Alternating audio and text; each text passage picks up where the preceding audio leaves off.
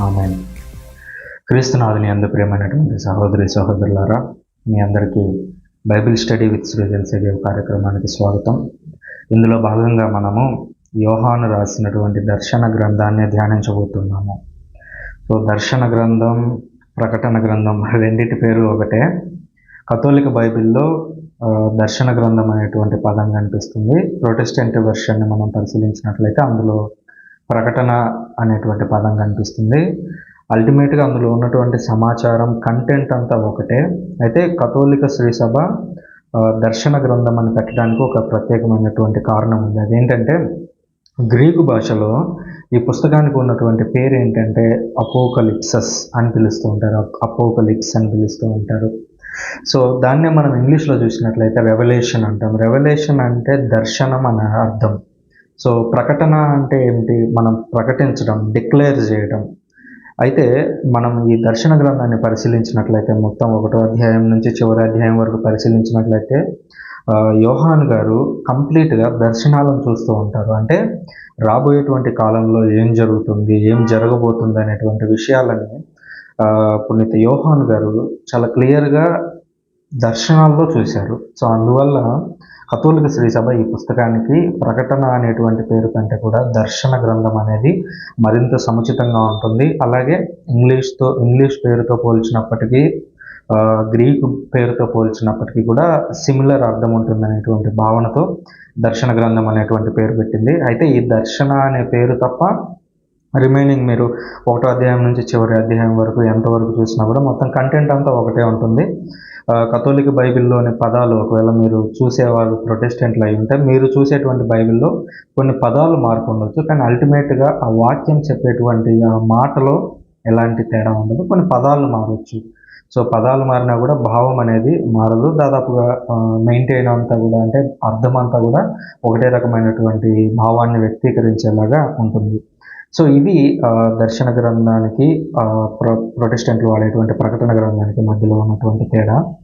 ఈ దర్శన గ్రంథాన్ని చాలామంది చాలా రకాలుగా వివరిస్తూ ఉంటారు, వాళ్ళకు నచ్చినట్లుగా చెబుతూ ఉంటారు. సో వాళ్ళు ఏంటంటే మనుషులందరికీ కూడా ఎప్పుడు ఒక బలహీనత ఉంటుంది. అదేంటంటే మనం కష్టాల్లో ఉన్నప్పుడు ఆ కష్టాలను ఎలా జయిస్తాము అనేటువంటి విషయాన్ని పక్కన పెడితే, ఆ కష్టాలను జయించేటువంటి ఒక మార్గము చాలా గొప్పగా ఉండాలి, ఎవరో వచ్చి అసామాన్యమైనటువంటి రీతిలో సహాయం అందించాలి అనేటువంటి అలాంటి ఒక థాట్స్లోకి మనం వెళ్ళిపోయినప్పుడు చాలా గొప్పగా ఫీల్ అవుతూ ఉంటాం. ఇప్పుడు దర్శన గ్రంథాన్ని కొంతమంది కామెంటేటర్లు వివరించేటప్పుడు కూడా అలాంటి పొరపాట్లే చేస్తుంటారు. అంటే వాళ్ళు దాన్ని ఎట్లా, ఏ కోణంలో నుంచి చూస్తారు అని అంటే, యేసుక్రీస్తు రెండవ రాకడ అనేది సమీపించినప్పుడు ఎట్లా ఉంటుంది, ఎంత ఘోరంగా ఉంటుంది పరిస్థితి అనేది తీసుకొని చాలా రకాలుగా వివరిస్తూ ఉంటారు. ఉదాహరణకు కొంతమంది అంటారు, యేసుక్రీస్తు రెండవ రాకడ సిద్ధమైనప్పుడు 7 సంవత్సరాల పాటు మధ్యాకాశంలో ఏదో పెళ్లిలాగా జరుగుతుందంట.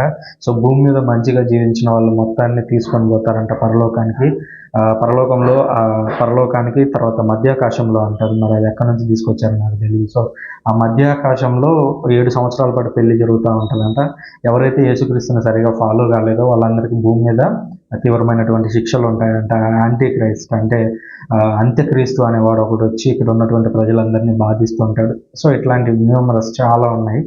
సో ఇట్లా చాలా కొన్ని బోధలు వచ్చాయి. ఆ బోధలు ఎలాంటివి అని అంటే వాటికి బైబిల్ బేస్ ఉండదు. సో వాళ్ళు తాము ఏదో ఒక ఎక్స్టసీలో ఉంటారు, అంటే వాళ్ళు ఏదో ఊహలో ఉంటారు. ఆ ఊహను తీసుకొచ్చి ప్రజలకి చెప్తారు. సో ప్రజలు ఏంటంటే ఆ ఊహ అనేది కొత్తగా వింతగా అనిపించింది అనుకోండి, వెంటనే దాన్ని వెనకబట్టి పరిగెడుతూ ఉంటారు. ఉదాహరణకి 2012లో యుగాంతం వస్తుంది అని అప్పుడు ఒక పెద్ద రూమర్ వచ్చినప్పుడు అందరూ ఇక ఎంజాయ్ చేయడం ప్రారంభించారు చాలా దేశాల్లో. 2012లో భూమి అంతం అయిపోతుంది. సో అంటే జనాలకి ఒక కొత్తది లేదా ఒక వింతది కనిపించినప్పుడు వెంటనే మన ఆలోచనలు అటు వెళ్ళిపోతాయి. అది సహజం ఎవరి జీవితంలో అయినా కూడా. సో అయితే దానికి ఇట్లాంటి బోధకులు ఏవైతే తీసుకొని వచ్చి చెబుతూ ఉంటారు దర్శన గ్రంథం గురించి, వాటికి బైబిల్ బేస్ ఉండదు ఒకటోది. రెండవది, దానికి టైం పీరియడ్లో అనగా చరిత్రలో ఎలాంటి ఆధారాలు ఉండవు. కేవలం ఇలా నిద్రపోతుంటాడు, ఒక కళ వస్తుంది, ఆ కళను బేస్ చేసుకొని ఆయనకు నచ్చింది ఒక కథలు వేసుకొని కొత్తది చెప్పేస్తాడనమాట. సో ఇట్లాంటి ఒక నెగిటివ్ ఒపీనియన్ అనేది దర్శన గ్రంథం గురించి కానివ్వండి, ప్రకటన గ్రంథం గురించి కానివ్వండి, చాలా చాలా దుర్బోధలు లేదా చరిత్రతో బైబిల్తో అలైన్ కానటువంటి అనేకమైనటువంటి బోధలు సమాజంలో ఉన్నాయి. సో ఇలాంటి క్రమంలో నేను దర్శన గ్రంథాన్ని తీసుకోవాలి, దీన్ని వివరించాలనేటువంటి ఒక నిర్ణయం తీసుకున్నప్పుడు ప్రజలను అడిగాను, ముందుగా ఏది కావాలని చెప్పేసి, మీకు మార్కు శుభవార్త బోధించమంటారా, లేదంటే దర్శన గ్రంథం బోధించమని అంటారా అని చెప్పేసి యూట్యూబ్లో కావచ్చు, ఫేస్బుక్లో కావచ్చు ఒక పోల్ లాగా నిర్వహించి అడిగాను. సో ఎక్కువ మంది దర్శన గ్రంథాన్ని వివరించండి అని అడిగారు. So okay, let us go with this revolution అని చెప్పేసి అనుకున్నప్పుడు, ఓకే నేను చదవడం ప్రారంభిస్తున్నాను. ఓకే, నేను ఎక్కడి నుంచి మొదలు పెట్టాలి దర్శన గ్రంథం అనేది? ఎందుకంటే దర్శన గ్రంథము అనేది చాలా దర్శనాల యొక్క సమూహం. సో అది ఒక రోజులో జరిగినటువంటి దర్శనం కాదు. అంటే పునీత యోహాన్ గారు ఈరోజు మొదలు పెడితే సాయంత్రానికి దర్శనాలన్నీ అయిపోతే రాత్రికి రాసేసి పొద్దున్నే ఈ బుక్ని పరిచయంలోకి తీసుకురాలేదు. సో ఇది కొన్ని సంవత్సరాల పాటు రాయబడింది, అనగా దాదాపుగా క్రీస్తు శకం 50 నుంచి రఫ్గా 50 నుంచి క్రీస్తు శకం 90 వరకు, అంటే దాదాపుగా 40-50 సంవత్సరాల టైం పీరియడ్లో పునీత యోహాన్ గారు చూసినటువంటి దర్శనాలు అయితేనేమి, ఆయన చెప్పాలనుకున్నటువంటి సందేశాలు అయితేనేమి, అవన్నీ కూడా ఈ పుస్తకంలో ఉన్నాయి.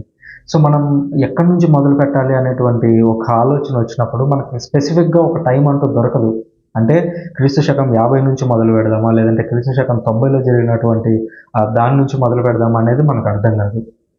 సో ఇప్పుడు మన ముందు ఒక క్వశ్చన్ ఉంటుంది, మీ ముందు కంటే కూడా నా ముందు ఒక క్వశ్చన్ ఉంది. అదేంటంటే దీన్ని ఎక్కడి నుంచి మొదలు పెట్టాలి, ఎక్కడి నుంచి మొదలు పెట్టాలనుకున్నప్పుడు సాధారణంగా ఏ విషయమైనా కావచ్చు, అది ప్రపంచంలో పరలోకం నుంచి భూలోకం వరకు ఏ విషయమైనా సరే, ఒక విషయాన్ని గురించి కూలంకషంగా నేర్చుకోవాలి, ఒక విషయం గురించి చాలా లోతుగా అబ్జర్వ్ చేయాలి అని అనిపించినప్పుడు కొన్ని రకాల ప్రశ్నలు వేసుకోవాలి. ఆ ప్రశ్నలు వేసుకున్నప్పుడు ఆటోమేటిక్గా మనకే అర్థమవుతుంది. అవేంటి అని అంటే what, why, where, when, how. ఈ క్వశ్చన్స్ వేసుకున్నాం అనుకోండి, అంటే ఎప్పుడు, ఎక్కడ, ఎందుకు, ఎలా. సో ఈ క్వశ్చన్స్ వేసుకుంటే ఏమవుతుందంటే ఒక టాపిక్ గురించి మనకు కంప్లీట్ ఇన్ఫర్మేషన్ అనేది వస్తుంది. సో ఆ ఇన్ఫర్మేషన్ వచ్చిన తర్వాత సో వాటిల్లో ఏదైతే మనం ముఖ్యమని భావిస్తామో దాని దగ్గర నుంచి చెప్పుకుంటూ వెళ్ళొచ్చు. సో దర్శన గ్రంథాన్ని ఈ ప్రశ్నలతో ప్రారంభించాలి అనేది నేను అనుకున్నాను. సో ఇట్లా మొదలు పెట్టడమే శ్రేయస్కరంగా ఉంటుంది, వినేవారికి కూడా అర్థమవుతుంది అనేది నా యొక్క ఒపీనియన్. ఇకపోతే ఈ వీడియోలో మొత్తం మనం ఉపోద్ఘాతం గురించి మాత్రమే మాట్లాడుతున్నాము. అనగా 1వ అధ్యాయంలోకి ప్రవేశించే కంటే ముందుగా మనకు చాలా విషయాలు తెలియాలి. బైబిల్ గురించి అసలు చదవని వాళ్ళు కూడా ఈ వీడియో చూస్తూ ఉండొచ్చు, లేదా బైబిల్ గురించి కొంచెం అవగాహన ఉన్నవాళ్ళు, లేదా కేవలం కొత్త నిబంధన మీద మాత్రమే అవగాహన ఉన్నవాళ్ళు. సో ఇట్లా రకరకాల జనాలు ఉంటారు. సో బైబిల్లో అందరూ ఒకేలాగా చదవాలి, అందరికి ఒకేలాగా అర్థం అవ్వాలని లేదు కదా. సో ఈ వీడియో చూసే వాళ్ళు ఎవరైనా సరే, అంటే వాళ్ళు కొత్తగా బైబిల్ ఈరోజే స్టార్ట్ చేస్తూ ఉండొచ్చు, లేదా వాళ్ళు ఇంతకుముందు స్టార్ట్ చేసిన వాళ్ళు ఉండొచ్చు, లేదా బైబిల్ పండితులు కూడా ఉండొచ్చు. సో ఎవరు చూసినా కూడా వాళ్ళకి A to Z అర్థం అవ్వాలి అనేటువంటి ఒక విషయాన్ని దృష్టిలో ఉంచుకొని దీన్ని ప్రారంభిస్తున్నాను. సో మొట్టమొదటిగా వాట్ ఈజ్ రెవల్యూషన్, అసలు దర్శన గ్రంథము లేదా ఈ పుస్తకము అంటే ఏమిటి, అసలు దాని గురించి మనకి ఏం తెలియాలి అనేది మొదటి ప్రశ్న. వాట్, ఏమిటి అనేది. సో దర్శన గ్రంథము అనేదాన్ని పునీత యోహాన్ గారు రాశారు. పునీత యోహాన్ గారు యేసుక్రీస్తు ఎన్నుకున్నటువంటి 12 మంది శిష్యుల్లో ఒకడు. అంతేకాకుండా పునీత యోహాన్ గారు యేసుక్రీస్తుకి చాలా దగ్గరగా జీవించినటువంటి వ్యక్తి. అపోస్తలులు 12 మందిని యేసుక్రీస్తు ఎంచుకున్నప్పుడు 12 మందిలో అత్యంత తక్కువ వయసు ఉన్నటువంటి వ్యక్తి ఎవరు అని అంటే పునీత యోహాన్ గారు. సో యేసుక్రీస్తు ఆయన్ని ఎంచుకున్నప్పుడు దాదాపుగా మహా అయితే నాకు తెలిసి 16-17 ఏళ్ళు మాత్రమే ఉంటాయి ఎవరికి, పునీత యోహాన్ గారికి. సో అది ఆయనకు ఉన్నటువంటి స్పెషాలిటీ. సో యేసుక్రీస్తు ఎంచుకున్నటువంటి 12 మంది శిష్యుల్లో ఆయన ఒక ఆయన. అంతేకాకుండా ఈయన ఆల్రెడీ ఇంకొక 4 పుస్తకాలను రాశాడు. ఉదాహరణకి యోహాను సువార్త రాసింది ఎవరు? ఇప్పుడు మనం దర్శన గ్రంథాన్ని చదువుతున్నాం కదా, ఈయన యోహాను సువార్తను రాశారు. అలాగే లేఖలు ఉన్నాయి. పునీత యోహాను గారు రాసినటువంటి 1వ లేఖ, 2వ లేఖ, 3వ లేఖ, ఈ 3 ప్లస్ దర్శన గ్రంథం. సో వీటన్నిటిని కూడా రాసింది పునీత యోహాను గారు. అంటే మొత్తంగా కొత్త నిబంధనలో ఈయన 5 పుస్తకాలను రాసినట్లుగా చెప్పచ్చు. అందులో 3 లేఖలు ఉన్నాయి, 1 సువార్త ఉంది, తర్వాత ఇది దర్శన గ్రంథం. సో పునీత యోహాను గారు రాసినటువంటి సువార్తకు ఒక ప్రత్యేకమైనటువంటి గుర్తింపు ఉంది. ఎందుకనంటే యేసుక్రీస్తు యొక్క దైవత్వాన్ని, అనగా ఆయన భూమి మీద ఎలా జీవించాడు అనేటువంటి విషయాలని ఆయనకున్నటువంటి అసలు గ్లోరీ ఏమిటి, ఆయనకున్నటువంటి అసలు మహిమ ఏమిటి అనే దాన్ని కలుపుతూ రెండింటిని మిక్స్ చేస్తూ రాసినటువంటి లేఖ రాసినటువంటి సువార్త పునీత యోహాను సువార్త అనమాట. సో ఈ విషయాలను మనం మనసులో ఉంచుకున్నప్పుడు పునీత యోహాను గారు దర్శన గ్రంథాన్ని ఎంత సమ్మిళితంగా రాసింటారో మనం అర్థం చేసుకోవచ్చు. ఎందుకంటే యేసుక్రీస్తుని చాలా దగ్గరగా భూమి మీద చూసినటువంటి వ్యక్తి పునీత యోహాను గారు. అంతేకాకుండా పరలోకంలో చూసినటువంటి వ్యక్తి కూడా. అనగా ఈ దర్శన గ్రంథం మొత్తం కూడా పరలోకంలో ఉన్నటువంటి దర్శనాలు పునీత యోహాను గారికి అనుగ్రహించబడ్డాయి. కాబట్టి యేసుక్రీస్తుని రెండు రకాలుగా, ఇటు భూమి మీదను అటు పరలోకంలోను రెండు చోట్ల చూసినటువంటి వ్యక్తిగా పునీత యోహాను గారు మనకు కనిపిస్తున్నారు. సో ఆయన ఎంత గొప్పగా దీన్ని రాసింటారో మనం అర్థం చేసుకోవచ్చు. సో ఆ నేపథ్యాన్ని కూడా మనం అర్థం చేసుకోవాలి. సో యేసుక్రీస్తు చనిపోయి తిరిగి లేచిన తరువాత, అనగా దాదాపుగా క్రీస్తు శకం 30వ సంవత్సరం 40వ సంవత్సరం దాటిన తర్వాత క్రైస్తవుల యొక్క సంఖ్య అనేది రోజు రోజుకు పెరుగుతూ ఉండడం ప్రారంభమైంది. సో యూదుల్లో ఒక చిన్న గుంపుగా వీళ్ళు ప్రారంభమయ్యారు. అనగా ఉదాహరణకి యేసుక్రీస్తు 12 మంది శిష్యులు, ఒకతను చనిపోయాడు, అతని ప్లేస్లో ఇంకొకరిని ఎంచుకున్నారు. సో ఆ 12 మంది ఇంకా ప్రజల్లోకి వెళ్ళి బోధించడం ప్రారంభించారు. సో యూదులు ఈ 12 మందిని అనుసరించడం ప్రారంభించారు. ఉదాహరణకు మనం చూస్తాం అపోస్తలుల చర్యలు మొదటి 2-3 అధ్యాయాల్లోనే వేల మంది వాళ్ళని అనుసరించినట్లుగా చూస్తున్నాం. సో ఈ విధంగా గ్రో అవ్వడం ప్రారంభించింది చర్చ్. అట్లా గ్రో అవుతున్నప్పుడు క్రీస్తు శకం 50-60 సంవత్సరాలు వచ్చేసరికి అక్కడ ఉన్నటువంటి యూదా నాయకులకి చాలా కోపం వచ్చింది. ఎందుకనంటే మా యూదా మతాన్ని కాదు అని చెప్పేసి వీళ్ళు కొత్త మతాన్ని ప్రారంభిస్తున్నారు, కాబట్టి వీళ్ళ మీద మేము పగ తీర్చుకోవాలి, వీళ్ళని మేము శిక్షించాలి అనేటువంటి ఆలోచనలు వాళ్ళలో పెరిగిపోయాయి. అంతేకాకుండా మనం అపోస్తలుల చర్యలు గ్రంథాన్ని పరిశీలించినట్లయితే మనం చూస్తాం చాలామంది మొదటి శతాబ్దంలో క్రైస్తవులుగా మారుతున్న వారికి అనేక రకమైనటువంటి సహాయాలను నిరాకరిస్తూ రావడం మనం చూసాం, ఎవరు యూదులు. ఆ తర్వాత వాళ్ళని పట్టుకొని వెళ్ళి సమాజ మందిరాల్లో అయితేనేమి, సినగోగుల్లో అయితేనేమి హింసించడం మనం చూసాం. అంతేకాకుండా వాళ్ళని రోమన్లకు అప్పగించి రోమన్ల ద్వారా కూడా శిక్షించేటువంటి బాధ్యతను వీళ్ళు తీసుకున్నారు, యూదులు. సో అంటే క్రైస్తవులకి మొదటి 3-4 శతాబ్దాలు చాలా ఘోరమైనటువంటి కాలం. అందులోనూ ప్రత్యేకించి జనాలు ఎక్కువగా లేనటువంటి, అనగా క్రైస్తవులు ఎక్కువగా లేనటువంటి క్రీస్తు శకం 30, 40, 50 ఈ సంవత్సరాలు ఉన్నాయి కదా, ఇవి మరింత దారుణమైనటువంటి కాలం. సో అక్కడ నుంచి పరిశీలిస్తే ఈ రోమా రాజులు ఉన్నటువంటి కాలం. రోమా రాజులు వచ్చేసి మమ్మల్ని పూజించాలి, సీజర్ యొక్క దేవాలయం ఉండేది అక్కడ, ఏది ఇజ్రాయెల్ దేశంలో. సో ఆ దేవాలయంలో మమ్మల్ని పూజించాలి అనేటువంటి ఆజ్ఞలు కూడా అక్కడ ఉన్నటువంటి సీజర్ జారీ చేసేవాడు. సో ఇన్ని కష్టాల మధ్య, అనగా ఒక పక్క ఆ రోమన్ సైనికుల నుంచి వీళ్ళకి కష్టాలు ఉన్నాయి క్రైస్తవులకి, రెండవది ఇటు యూదుల నుంచి కూడా సమస్యలు ఉన్నాయి. సో అంటే వాళ్ళు పుట్టి పెరుగుతున్నటువంటి పరిస్థితులే వాళ్ళకి చాలా ఘోరమైనటువంటి పరిస్థితులు అనమాట. సో ఇట్లాంటి క్రమంలో పునీత యోహాను గారు ఒక్కరే జీవించి ఉన్నారు. ఎందుకంటే దాదాపుగా 50, 60, 70 సంవత్సరాలు వచ్చేసరికల్లా, అనగా క్రీస్తు శకం 70వ సంవత్సరం కల్లా దాదాపు అపోస్తలులు అందరూ కూడా వివిధ ప్రాంతాలకు వెళ్ళిపోయి సువార్త చెబుతూ అక్కడే హతసాక్షులుగా మరణించారు. పునీత థోమాస్ గారు కూడా ఇండియాకు వచ్చి మరణించినటువంటి సంగతి మనకు తెలిసిందే. సో ఇట్లా అనేక మంది, అనగా 11 మంది అపోస్తలులు ఎవరైతే ఉన్నారో వాళ్ళు వివిధ ప్రాంతాలకు వెళ్ళిపోయి అక్కడ వారి యొక్క ప్రాణాలను పణంగా పెట్టి సువార్తను ప్రకటించడం మనం చూసాం. సో ఈ విధంగా అందరూ 11 మంది శిష్యులు చనిపోయారు, కానీ ఒకే ఒక్కడు మాత్రం ఇంకా బతికున్నాడు. ఆ ఒక్కడు ఎవరు అని అంటే పునీత యోహాను గారు.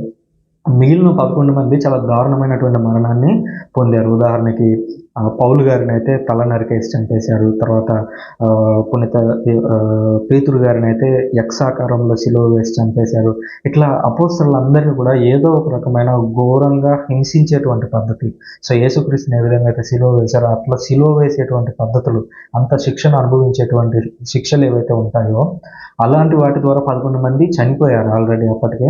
పునీత యోహాను గారు ఒక్కరు బతికున్నారు. సో ఆయన క్రీస్తు శకం 50 నుంచి ఆయన రాబోతున్నటువంటి లేదా జరగబోతున్నటువంటి సంఘటనల గురించి ఆయన రాయడం ప్రారంభించాడు. ఈ విషయాన్ని ఆయన మనకి 1వ అధ్యాయంలోనే ఈ విషయం కనిపిస్తుంది. ఒకసారి మనం చూసినట్లయితే దర్శన గ్రంథము 1వ అధ్యాయము 19వ వచనంలో చూసినట్లయితే యేసుక్రీస్తు పునీత యోహాను గారికి చెబుతూ ఉన్నారు. ఏమనంటే కోట్, కనుక నీవు చూచెడి ఈ విషయములను గ్రంథస్థము గావింపుము, జరుగుచున్న విషయములను జరగనున్న విషయములను సమస్తమును లిఖింపము అని చెప్పాడు పునీత యోహాను గారికి యేసుక్రీస్తు చెప్తున్నాడు. ఇప్పుడు నువ్వు చూడబోతున్నావు కొన్ని దర్శనాలని, ఈ దర్శనాలన్నింటినీ రాయి అని చెప్పడం మనం చూస్తున్నాం. సో ఆ దర్శనాలు అనేవి దాదాపు క్రీస్తు శకం 50 నుంచి 90 వరకు కొనసాగాయి.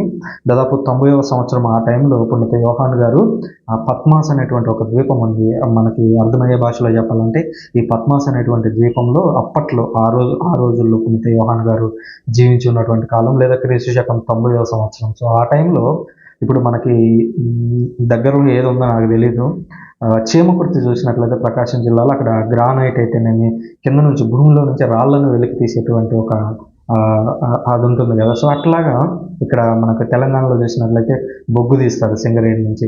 సో ఇట్లాంటి ఒక గ్రానైట్ రాళ్ళను వెలికి తీసేటువంటి ఒక ప్లేస్ అనుకోండి ఈ పద్మాస ద్వీపం అనేది అలా ఉండేది. ఈ రోమన్లు ఏం చేసేవారంటే అక్కడ నుంచి రాళ్ళను వెలికి తీసి విలువైన రాళ్ళను వాటిని ప్రపంచ దేశాలకు కానివ్వండి ఎక్కడికి అవసరమైతే అక్కడికి పంపించుకునేవారు. సో ఎవరైతే రోమన్ ప్రభుత్వాన్ని ధిక్కరిస్తారో, రోమన్ ప్రభుత్వం యొక్క ఆజ్ఞలను ధిక్కరిస్తారో వాళ్ళందరినీ తీసుకుని వెళ్ళి ఆ పద్మాస ద్వీపంలో కూలీలుగా పనిచేయించుకునేవాళ్ళు. సో యోహాన్ గారు కూడా యేసుక్రీస్తుని మాత్రమే అనుసరిస్తున్నాడు, యేసుక్రీస్తుని మాత్రమే పూజిస్తున్నాడు. సో ఆ విషయం తెలిసినటువంటి రోమా అధికారులు ఆయన్ని తీసుకుని వెళ్ళి పద్మాసు ద్వీపంలో పడేశారు.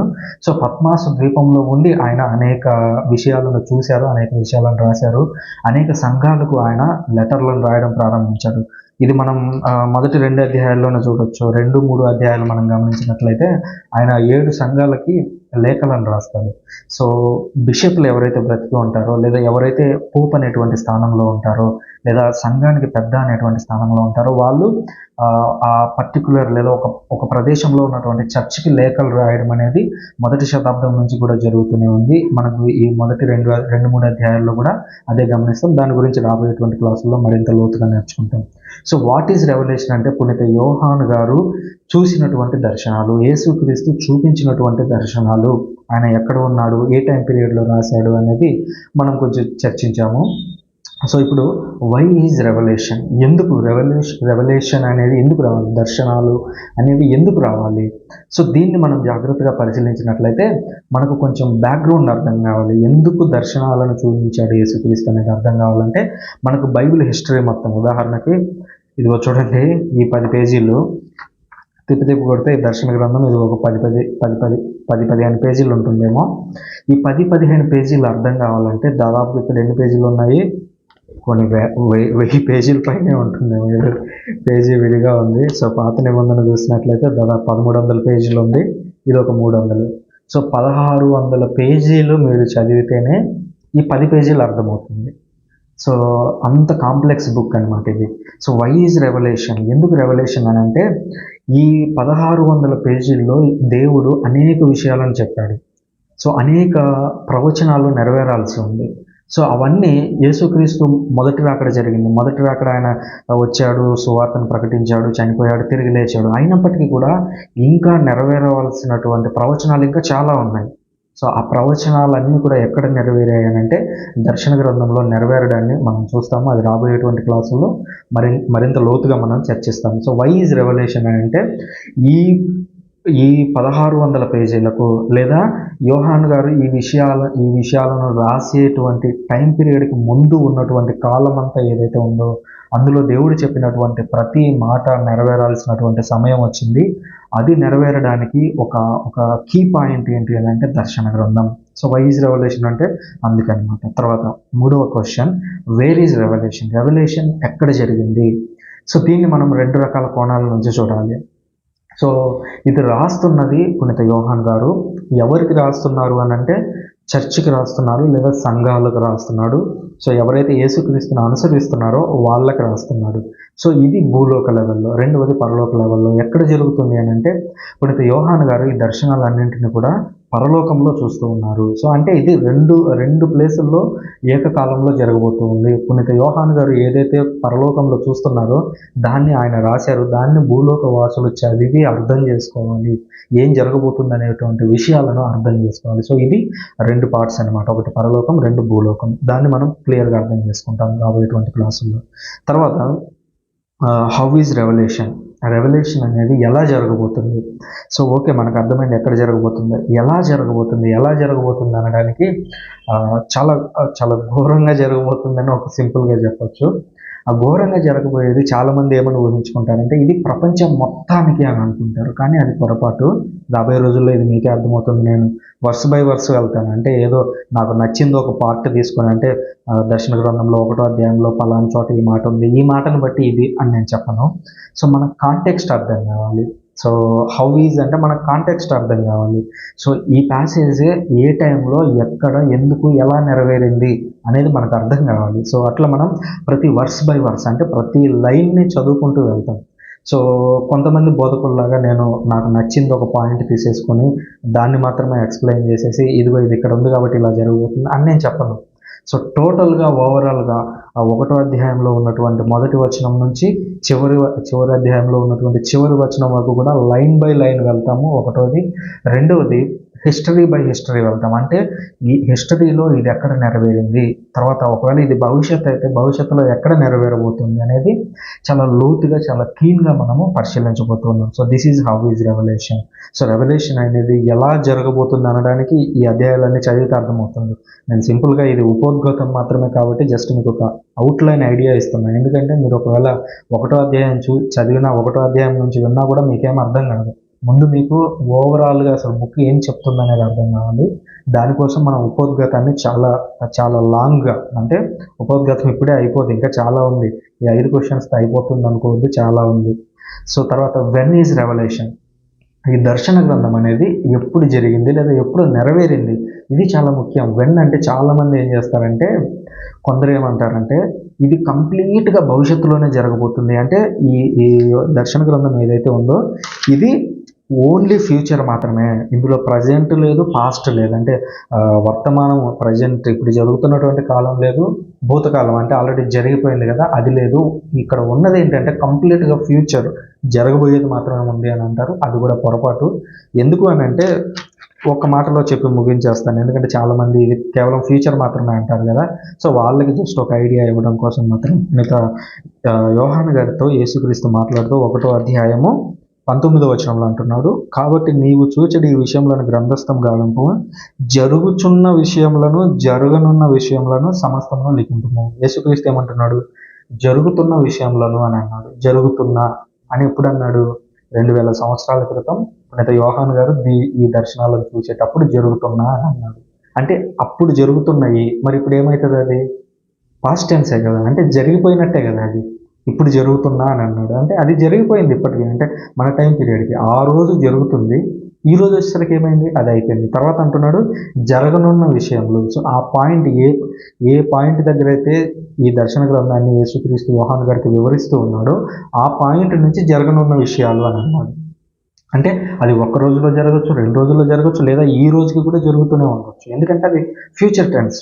ఉదాహరణకి నేను వస్తున్నాను అని అంటాను మీ ఇంటికి, నేను మీ ఇంటికి వస్తున్నాను అంటాను.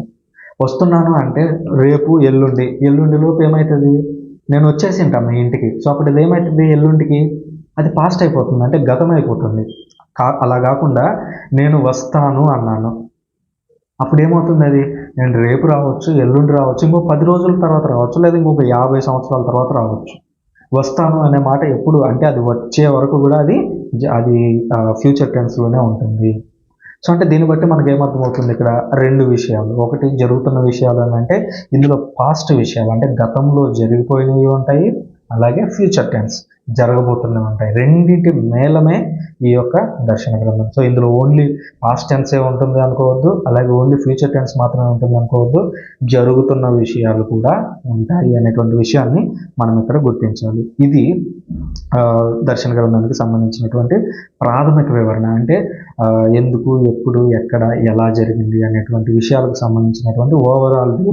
ఒక బర్డ్ ఐ వ్యూ అంటారు చూడండి, ఆకాశంలో ఒక పక్షి పోతూ కిందికి చూస్తే కింద ప్రపంచం ఎలా కనిపిస్తుంది అంటే దానికి ఒక సింపుల్ ఉదాహరణలాగా ఈ 5 క్వశ్చన్ల ద్వారా మనం అర్థం చేసుకున్నాం. ఇప్పుడు వాట్ ఈజ్ నాట్ అంటే దర్శన గ్రంథం కానిదేది, దర్శన గ్రంథం అంటే ఏంటి అనేది 5 క్వశ్చన్ల ద్వారా మనం చూసాము. ఇప్పుడు కానిది ఏది అని ఎందుకు చెప్పాల్సి వస్తుందంటే చాలామంది తమకు నచ్చినట్లుగా ఒక తప్పుడు సిద్ధాంతాలని లేదా వాళ్ళకు అర్థమైనటువంటి విషయాలని ఆ ప్యాసేజ్లో మాత్రమే, వాళ్ళు ముందు చెప్పరు వెనక చెప్పరు, తర్వాత ఏముంది దానికి ముందు ఏం జరిగింది అనేది వదిలేసి కేవలం వాళ్ళకు నచ్చిన టాపిక్, వాళ్ళకు నచ్చిన వర్స్ మాత్రమే తీసుకొని మాట్లాడితే వాళ్ళ మాటలను అసలు నమ్మద్దు. మీరు ఎప్పుడైనా సరే అర్థం చేసుకోండి, బైబిల్ని వివరించేటప్పుడు ఎప్పుడైనా సరే దాని వెనుక ఏం జరిగింది, దాని తర్వాత ఏం జరిగింది అనేటువంటి కాంటెక్స్ట్ని మాత్రమే తీసుకొని చెప్తేనే అది అర్థమవుతుంది, లేదంటే అది రాంగ్ అవుతుంది. మీకు ఒక బెస్ట్ ఎగ్జాంపుల్ కూడా చెప్తాను.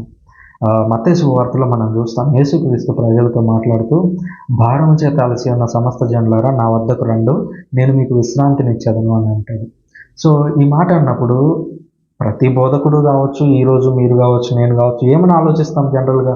భారం చేత అలసి ఉన్న సమస్త జనులారా నా వద్దకు రండి, నేను మీకు విశ్రాంతినిచ్చేదను అంటే అందరూ ఏమనుకుంటారంటే, ఓకే నాకు కష్టాలు ఉన్నాయి, బాధలు ఉన్నాయి, ఇబ్బందులు ఉన్నాయి, నేను నీ దగ్గరకు వస్తే నువ్వు నాకు విశ్రాంతినిస్తావు అనేది ఒక బేసిక్ అండర్స్టాండింగ్.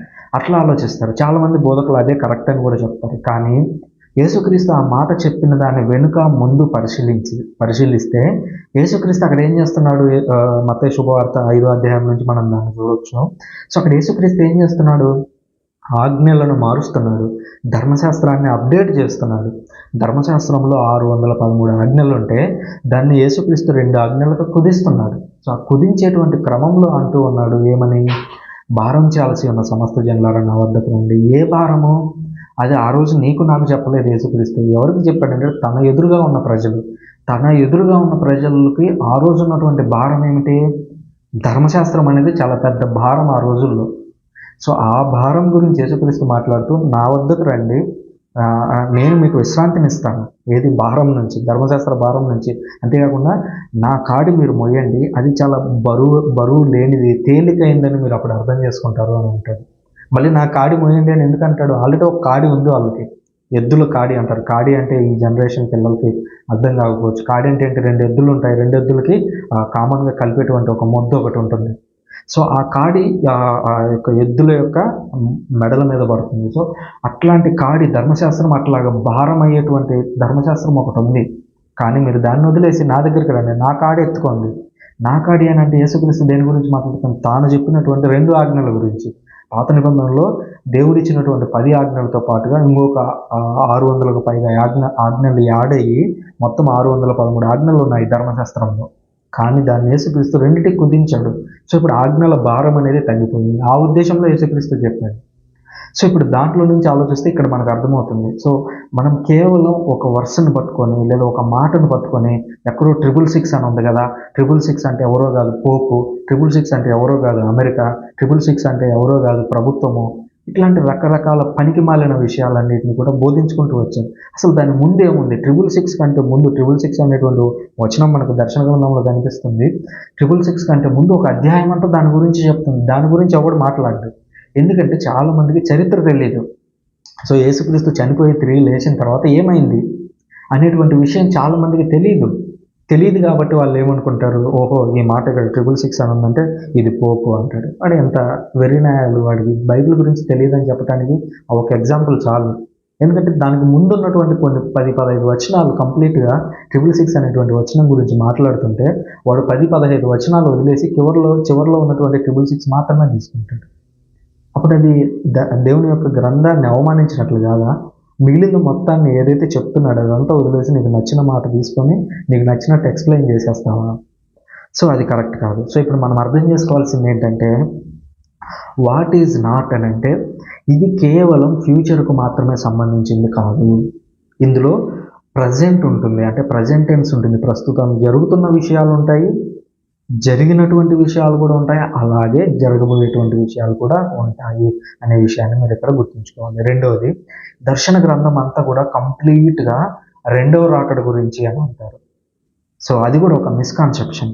ఇది కంప్లీట్గా 2వ రాకడ గురించి చెప్పినటువంటి పుస్తకం కాదు. 2వ రాకడ గురించి కంప్లీట్గా ఇన్ని పుస్తకాలు రాస్తే, ఇన్ని పేజీలు రాస్తే 2వ రాకడ ఎప్పుడు వస్తుందని మనకు తెలియకుండా ఉంటుందా? అర్థం చేసుకోండి. దేవుడు అక్కడ చెప్పాలనుకున్నటువంటి విషయం వేరు, మనం అర్థం చేసుకునేటువంటి విషయం వేరు. అందరూ ఏమనుకుంటారు? ఇది 2వ రాకడ గురించి ఇది మొత్తం చెప్తుంది అనుకుంటారు. ఇదంతా 22 అధ్యాయాలు మీరు విన్న తర్వాత 2వ రాకడ గురించి దీంట్లో ఉన్నది చాలా తక్కువ అని మీకు అర్థమవుతుంది. అందుకని యేసుక్రీస్తు అన్నాడు కదా, ఆ దినం గురించి నాకు కూడా తెలియదు, తండ్రికి తప్ప అది ఎవరికి తెలియదు అని అన్నాడు. మరి తండ్రికే తెలియదు అన్నప్పుడు ఈయన దాని గురించి ఇంత ఎట్లా రాసి పెడతాడు? ఎందుకంటే ఈ విషయాలు మొత్తం చెప్పింది ఎవరు? యేసుక్రీస్తు చెప్తున్నాడు యోహాను గారికి. చూస్తున్నది ఇదిగోండి 1వ అధ్యాయం 11వ వచనం అంటాడు, నీవు చూస్తున్నది అంతయు గ్రంథస్థం కావలకుము అని యేసుక్రీస్తు యోహాను గారికి చెప్తున్నాడు. సో యేసుక్రీస్తే నాకే తెలియదు ఆ రోజు ఎప్పుడు వస్తుందో అని అన్నాడు. మరి యేసుక్రీస్తు ఇక్కడికి వచ్చేసరికి మళ్ళీ మొత్తం చెప్పేస్తాడా? మరి అప్పుడు చెప్పేస్తే ఇక అందరూ రెడీ అయి కూర్చుంటారు కదా, రెండో రాకడ ఎప్పుడు పలానా రోజు రాబోతుందని రెడీ అయి కూర్చుంటారు కదా. సో కేసు అది కాదు. ఇక్కడ బైబిల్ చెప్తూ ఉన్నది, దర్శన గ్రంథం చెప్తున్నది రెండో రాకడ గురించి కాదు. ఇది మీకు ముందుకు వెళ్ళే కొద్దిగా అర్థమవుతుంది. ఎక్స్ప్లెయిన్ చేసేటప్పుడు వర్స్ బై వర్స్ వెళ్ళేటప్పుడు అరే నిజమే కదా, ఇది దాని గురించి కాదు కదా అని అర్థమవుతుంది. అంతేకాకుండా ఈ ఉపోద్ఘాతంలో కూడా మనము ఇంకొంచెం నేర్చుకుంటాం అసలు రెండో రాకడ అంటే ఏంటి, యేసుక్రీస్తు చెప్పినటువంటి యుద్ధాలు అయితేనేమి, కరువులు అయితేనేమి, అది ఏంటి అనేది కూడా మనం కాసేపట్లో నేర్చుకోబోతాం. సో ఇది కంప్లీట్గా రెండో రాకడకి సంబంధించింది కాదు. మేబీ ఒక చిన్న పార్ట్ ఉండొచ్చు. అంటే 22 అధ్యాయాలు ఉన్నాయి కదా, రఫ్గా చెప్పాలి అంటే కేవలం ఒక అధ్యాయం మాత్రమే అనుకోండి. రఫ్గా కేవలం ఒక అధ్యాయం మాత్రమే రెండో రాకడ గురించి ఉంటుంది. మిగిలిందంతా కూడా వేరే విషయం గురించి మాట్లాడుతుంది. అదేంటి అనేది మనం రాబోయే రోజుల్లో తెలుసుకుంటాం. తర్వాత కొంతమంది అంటారు ఈ దర్శన గ్రంథం మొత్తం కూడా అబద్ధ ప్రవక్తల గురించి, యాంటీ క్రైస్ట్ అంటే క్రీస్తు విరోధి, క్రీస్తుకు బదులుగా రాబోతున్నటువంటి వ్యక్తి గురించి చెప్తుంది. దీని గురించి కూడా చాలా మిస్కాన్సెప్షన్స్ ఉన్నాయి. అదేంటంటే ఒక వ్యక్తి వస్తాడంట యేసుక్రీస్తు అని, నేనే యేసుక్రీస్తు అని చెప్తాడంట, ప్రజలందరూ వాడిని నమ్ముతారంట, వాళ్ళందరూ కలిసి వాడిని అనుసరిస్తారంట. అప్పుడు కొంతమంది మాత్రం వాడిని నమ్మరంట, వాళ్ళని దేవుడు తీసుకొని పైకి వెళ్తాడంట. దానికి బైబిల్ బేస్ ఉందా అంటే లేదు. వాడిని చూపించమనండి, ఇట్లాంటి పెట్టకథలు చెప్పేటోన్ని అక్కడ ఎక్కడుంది, దాన్ని ఎక్కడ విభజించావు, ఏ అధ్యాయంలో ఏ వచనంలో ఉంది, ఆ వచనం యొక్క హిస్టారికల్ కాంటెక్స్ట్ ఏంటి, ఇప్పుడు ఇదేం మాట్లాడుతుంది అనేది వివరించి అడగంటే చెప్పలేరు. వాళ్ళు కేవలం స్టేజ్ మీద ఉండి ఎవడు క్వశ్చన్ చేయనంత వరకు మాత్రమే ఆ ఆన్సర్ వాళ్ళు ఆ ప్రసంగం అనేది చేస్తూ ఉంటారు. సో ఇది అబద్ధ ప్రవక్తల గురించి కానీ వీటి గురించి మాట్లాడుతున్నటువంటి పుస్తకం కూడా కాదు. అసలు అంతెందుకు, యాంటీక్రైస్ట్ అనేటువంటి పదం దీంట్లో ఎన్నిసార్లు ఉంది? యాంటీక్రైస్ట్ అనే పదమే లేదు అసలు. ఓన్లీ అబద్ధ ప్రవక్త, ఫాల్స్ ప్రాఫిట్ అనేటువంటి ఒక దాని గురించి మాత్రం ఒక 2-3 సార్లు ఉంది. అంటే ఫాల్స్ ప్రాఫిట్ ఏది 22 అధ్యాయాల్లో, అంటే ఆల్మోస్ట్ 22 పేజీల్లో 1-2 చోట్ల మాత్రమే యాంటీక్రైస్ట్, అబద్ధ ప్రవక్త అనేటువంటి మాట ఉంది. యాంటీక్రైస్ట్ అసలు లేదు. రెండోది సెకండ్ కమింగ్, రెండవ రాకడ అనే దాని గురించి కూడా తెలియదు. రెండో రాకడ అనే పదం కూడా సరిగా కనిపించదు, స్ట్రైట్గా కనిపించదు మనకి ఇక్కడ. అంటే స్ట్రైట్గా ఒక పదమే లేదు దాని గురించి. ఏది రెండో రాకడ అనే పదమే లేకుండానే ఇది మొత్తం రెండో రాకడ అని చెప్పేస్తారు. యాంటీక్రైస్ట్ అనే పదమే దాంట్లో లేదు, అయినా కూడా ఇది యాంటీక్రైస్ట్లో ఉన్నాడు, వాడు వస్తాడు, వాడు మోసం చేస్తాడు. వాడు కాదు మోసం చేసేది, ఈ ప్రసంగాలు చెప్తుంటాడు చూడండి, వాడు అసలు మోసం చేస్తున్నాడు జనాలని, వాడికి నచ్చిన పెట్టకథలన్నీ చెప్పుకుంటూ. తర్వాత మూడవది, మధ్యాకాశంలోకి ఎత్తబడుతుంది సంఘం. మధ్యాకాశంలో కొద్ది రోజులు పెళ్లి జరుగుతుంది. ఆ పెళ్లి జరిగినప్పుడు 7 సంవత్సరాలు ఉంటుంది. ఆ 7 సంవత్సరాల కింద ఇబ్బందులు జరుగుతుంటాయి జనాలకి. ఇదొక పెట్టకథ మళ్ళీ. సో ఈ మధ్యాకాశం అని కానీ, ఆ మధ్యలో పెళ్లి గురించి కానీ, పెళ్లి ప్రస్తావన ఉంది, ఆ పెళ్లి వేరు, అది మధ్యాకాశం పెళ్లి కాదు, ఏం కాదు. అది వాళ్ళకి అర్థం కాక చెబుతున్నటువంటి విషయం. సో అది కూడా దర్శన గ్రంథం గురించి కాదు అనేటువంటి విషయం గుర్తుంచుకోవాలి. తర్వాత ఒక పెద్ద యుద్ధం జరగబోతుంది లాస్ట్లో. అసలు దేవుడి పక్క ఉన్నటువంటి వాళ్ళకి, దేవుడికి వ్యతిరేకంగా ఉన్నటువంటి సైతాను ప్రజలకి, దేవుని ప్రజలకి మధ్య ఒక పెద్ద యుద్ధం జరగబోతుంది. దాన్ని ఆర్మగెడ్డోన్ అని అంటారు. అది కూడా ఒక పెద్ద మిస్కాన్సెప్షన్. వాళ్ళకి అసలు అర్థం కాలేదు బైబిల్ గురించి అని చెప్పడానికి అదొక చిన్న ఉదాహరణ. ఆ యుద్ధం గురించి కేవలం ఒక్కసారి ప్రస్తావన ఉంది, అది కూడా స్ట్రైట్గా కాదు, అది కూడా వాళ్ళు అనుకుంటున్నటువంటి కాంటెక్స్ట్లో కాదు, అది ఇంకొక యుద్ధానికి సంబంధించినటువంటి విషయం. అదేంటి అనేది మనం రాబోయే రోజుల్లో చర్చిస్తాం. తర్వాత 666 అనేటువంటి పదం కేవలం ఒక్కసారి మాత్రమే ఉంది, కానీ వీళ్ళు ఒక్కసారి మాత్రమే ఉన్నదానికి ఎంత ఇంపార్టెన్స్ ఇస్తారంటానికి అదొక ఉదాహరణ. 666 అంటే పోప్ అని చెప్తారు, లేదంటే 666 అని అంటే అమెరికా దేశం అని చెప్తారు, లేదంటే ప్రపంచమంతా వన్ వరల్డ్ రూల్ అని చెప్పేందుకు రాబోతుందంట. మరి ఈ బుద్ధిమాలిన ప్రజలకి, లేదు ఈ బుద్ధిమాలిన బోధకులకి ఎక్కడి నుంచి అర్థమవుతుందో తెలియదు. కానీ దేవుని యొక్క వాక్కును నిర్లక్ష్యం చేయడంలో, దేవుని యొక్క వాక్కును నాశనం చేయడంలో వీళ్ళు రెడీగా ఉంటారు. వన్ వరల్డ్ రిలీజియన్ అనేది వస్తుందంట, ఆ రిలీజియన్ మొత్తం కలుస్తుందంట, దానికి 666 అని పేరు అంట. అది ఒక బోధకుడు ఎవడో ఒకటి చెప్తుంటాడు. ఇంకొక విషయం ఏంటంటే జనాలు కూడా వెర్రి గొర్రెలు, వాళ్ళకి ఎట్లాంటిది కావాలంటే రియాలిటీ చెప్తే ఎవరు నమ్మరు. ఎవరైతే పిట్ట కథలు చెప్తూ ఉంటారో వాళ్ళని ఎక్కువగా అనుసరిస్తూ ఉంటారు. ఉదాహరణకు చూడండి, యేసుక్రీస్తు వచ్చి అరే పరలోక రాజ్యం సమీపించింది, మీరు మారండి, ఈ ఆజ్ఞలు పాటించండి, ఇవన్నీ చెప్తే ఎవరు నమ్మాడు? ఎవరు నమ్మలేదు. కానీ పిట్ట కథలు చెప్తే మాత్రం యేసుక్రీస్తు తప్పుడు బోధలు చేస్తున్నాడు అంటే మాత్రం యేసుక్రీస్తుని తీసుకెళ్ళి సిలువ వేయించాడు ప్రజలు. కేవలం అక్కడ ఏమంటారు, ధర్మశాస్త్ర అధికారులనే తప్పుపట్టడానికి లేదు. ఎందుకంటే ప్రజలు దానికి సపోర్ట్ చేశారు. సపోర్ట్ చేస్తున్నారు కాబట్టి వాళ్ళు అట్లాంటి ఒక ధైర్యమైనటువంటి నిర్ణయం తీసుకోగలిగారు. ఈ రోజుల్లో ప్రజలు కూడా అంతే, వాళ్ళకి ఏదేదో గొప్ప గొప్ప ఊహలు కావాలన్నమాట. ఆ పరలోకంలో ఇలా జరుగుతుంటుంది, అలా జరుగుతుంటుంది, మనం వెళ్తే అలా జరుగుతుంది, ఒక పెద్ద యుద్ధం వస్తుంది, ఒక అబద్ధ ప్రవక్త వస్తాడు, వాళ్ళందరినీ అనుసరిస్తాడు. ఇట్లాంటి పిట్ట కథలన్నీ చెప్తుంటే వాళ్ళకి అర్థమవుతుంది అనమాట. సో వాళ్ళకి నచ్చుతుంది అనమాట. సో ప్రజలకు ఏది నచ్చుతుందో బోధకులు అలాగే చెప్తుంటారు. అలా చెప్పిన వాళ్ళకి వ్యూస్ ఎక్కువ ఉంటాయి, సబ్స్క్రైబర్స్ ఎక్కువ ఉంటారు. మేబీ అది దేవుడు చూసుకుంటాడు లాస్ట్లో మనకి. సో మీరు ఎవరైతే ఈ వీడియోలు చూస్తున్నారో మీరు అట్లాంటి వాటిని నమ్మొద్దు అనేటువంటి ఒక ఉదాహరణ చెప్దాం అనుకుంటున్నాను. ఆ తర్వాత మిలీనియం అనే దాని గురించి ఒకటి మాట్లాడతారు. అంటే కేవలం 1.5 మిలియన్ మంది, లేదా అరౌండ్ 1 మిలియన్, ఒక 10 లక్షల మంది, సో అట్లాంటి ప్రజలు మాత్రమే కాపాడబడతారు. మిగిలిన వాళ్ళందరూ నరకానికి వెళ్ళిపోతారు. అంటే ఈ బైబిల్లో దర్శన గ్రంథంలో ఒక నెంబర్ ఉంది, 1,44,000 మంది పరిశుద్ధులు అని చెప్పేసి. ఆ నెంబర్ని పట్టుకొని కేవలం 1,44,000 మంది మాత్రమే పరలోకానికి వెళ్తారని చెప్పేసి దాని మీద ఒక సంఘం కూడా పుట్టుకొచ్చింది. ఏమని? పరిశుద్ధుల సంఘం అని చెప్పేసి దానికి ఒక పేరు. ఆ సంఘంలో కేవలం 1,44,000 మంది మాత్రమే ఉంటారంట, ఇంకెవరు ఉండరు.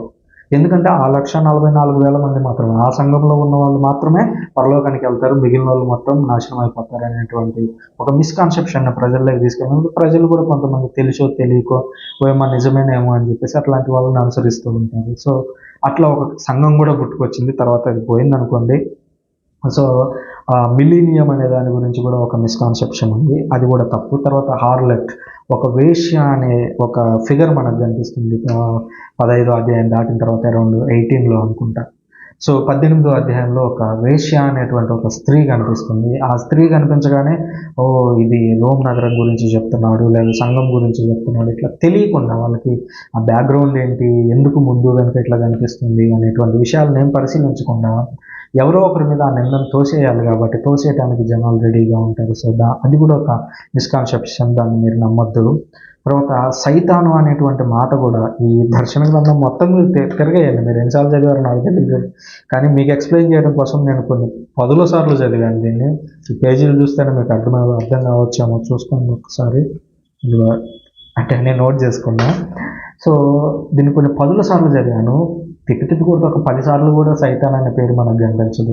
అయితే సైతాన్ యాక్టివిటీస్ మనకు కనిపిస్తాయి. యేసుక్రీస్తు, అపోస్తలులు, తర్వాత మనము ఈరోజు ఉన్నటువంటి ప్రజలు దాన్ని ఏ విధంగా జయించగలుగుతున్నాం, ఎలా జయించగలం అనేటువంటి మార్గాలు కనిపిస్తాయి. కానీ వాడు హైలైట్ అయ్యి ఏదో దేవుణ్ణి ఛాలెంజ్ చేసే స్థాయికి ఎదిగేంత సీన్ ఎక్కడ లేదు. చాలామంది ఏమనుకుంటారంటే సినిమాలో కదా హీరో విలన్ ఇద్దరు సమసమానంగా ఉంటే అప్పుడు ఆ సినిమా బాగా ఆడుతుంది ఏది మన భూమి మీద. సో ఆ కాన్సెప్ట్ని మైండ్లో పెట్టుకొని ఏమనుకుంటారంటే దేవుడు ఉన్నాడంటే దెయ్యం ఉంది, సో ఈ దేవుడు ఎంత పవర్ఫుల్, దెయ్యం కూడా ఆల్మోస్ట్ అంతే పవర్ఫుల్. అంత పవర్ఫుల్గా ఉన్నప్పుడే దేవుడికి వాడికి మధ్య యుద్ధం జరుగుతుంది, ఆ యుద్ధంలో దేవుడు గెలుస్తాడు. అరే దేవుడే ఆ సైతాన్ అనేటువంటి క్రియేట్ చేశాడు. క్రియేట్ చేసినప్పుడు అసలు ఆ సైతాన్ అనేవాడు దేవుడి ముందు ఎంత, అసలు పెద్ద మ్యాటరే కాదు దేవునికి. కానీ వీళ్ళు ఏం చేస్తారంటే దేవునికి ఈక్వల్గా సైతాన్ని చూపించడానికి ట్రై చేస్తారు. సో అది రాంగ్. సైతాన్ అనేవాడు అసలు మనుషుల కంటే ఇంకా కింద హీనమైన స్థాయి. ఎందుకంటే దేవుడు మనల్ని ప్రేమించాడు, దేవుడు మనల్ని ప్రేమించాడు కాబట్టి మనం బలవంతులం వాడికంటే.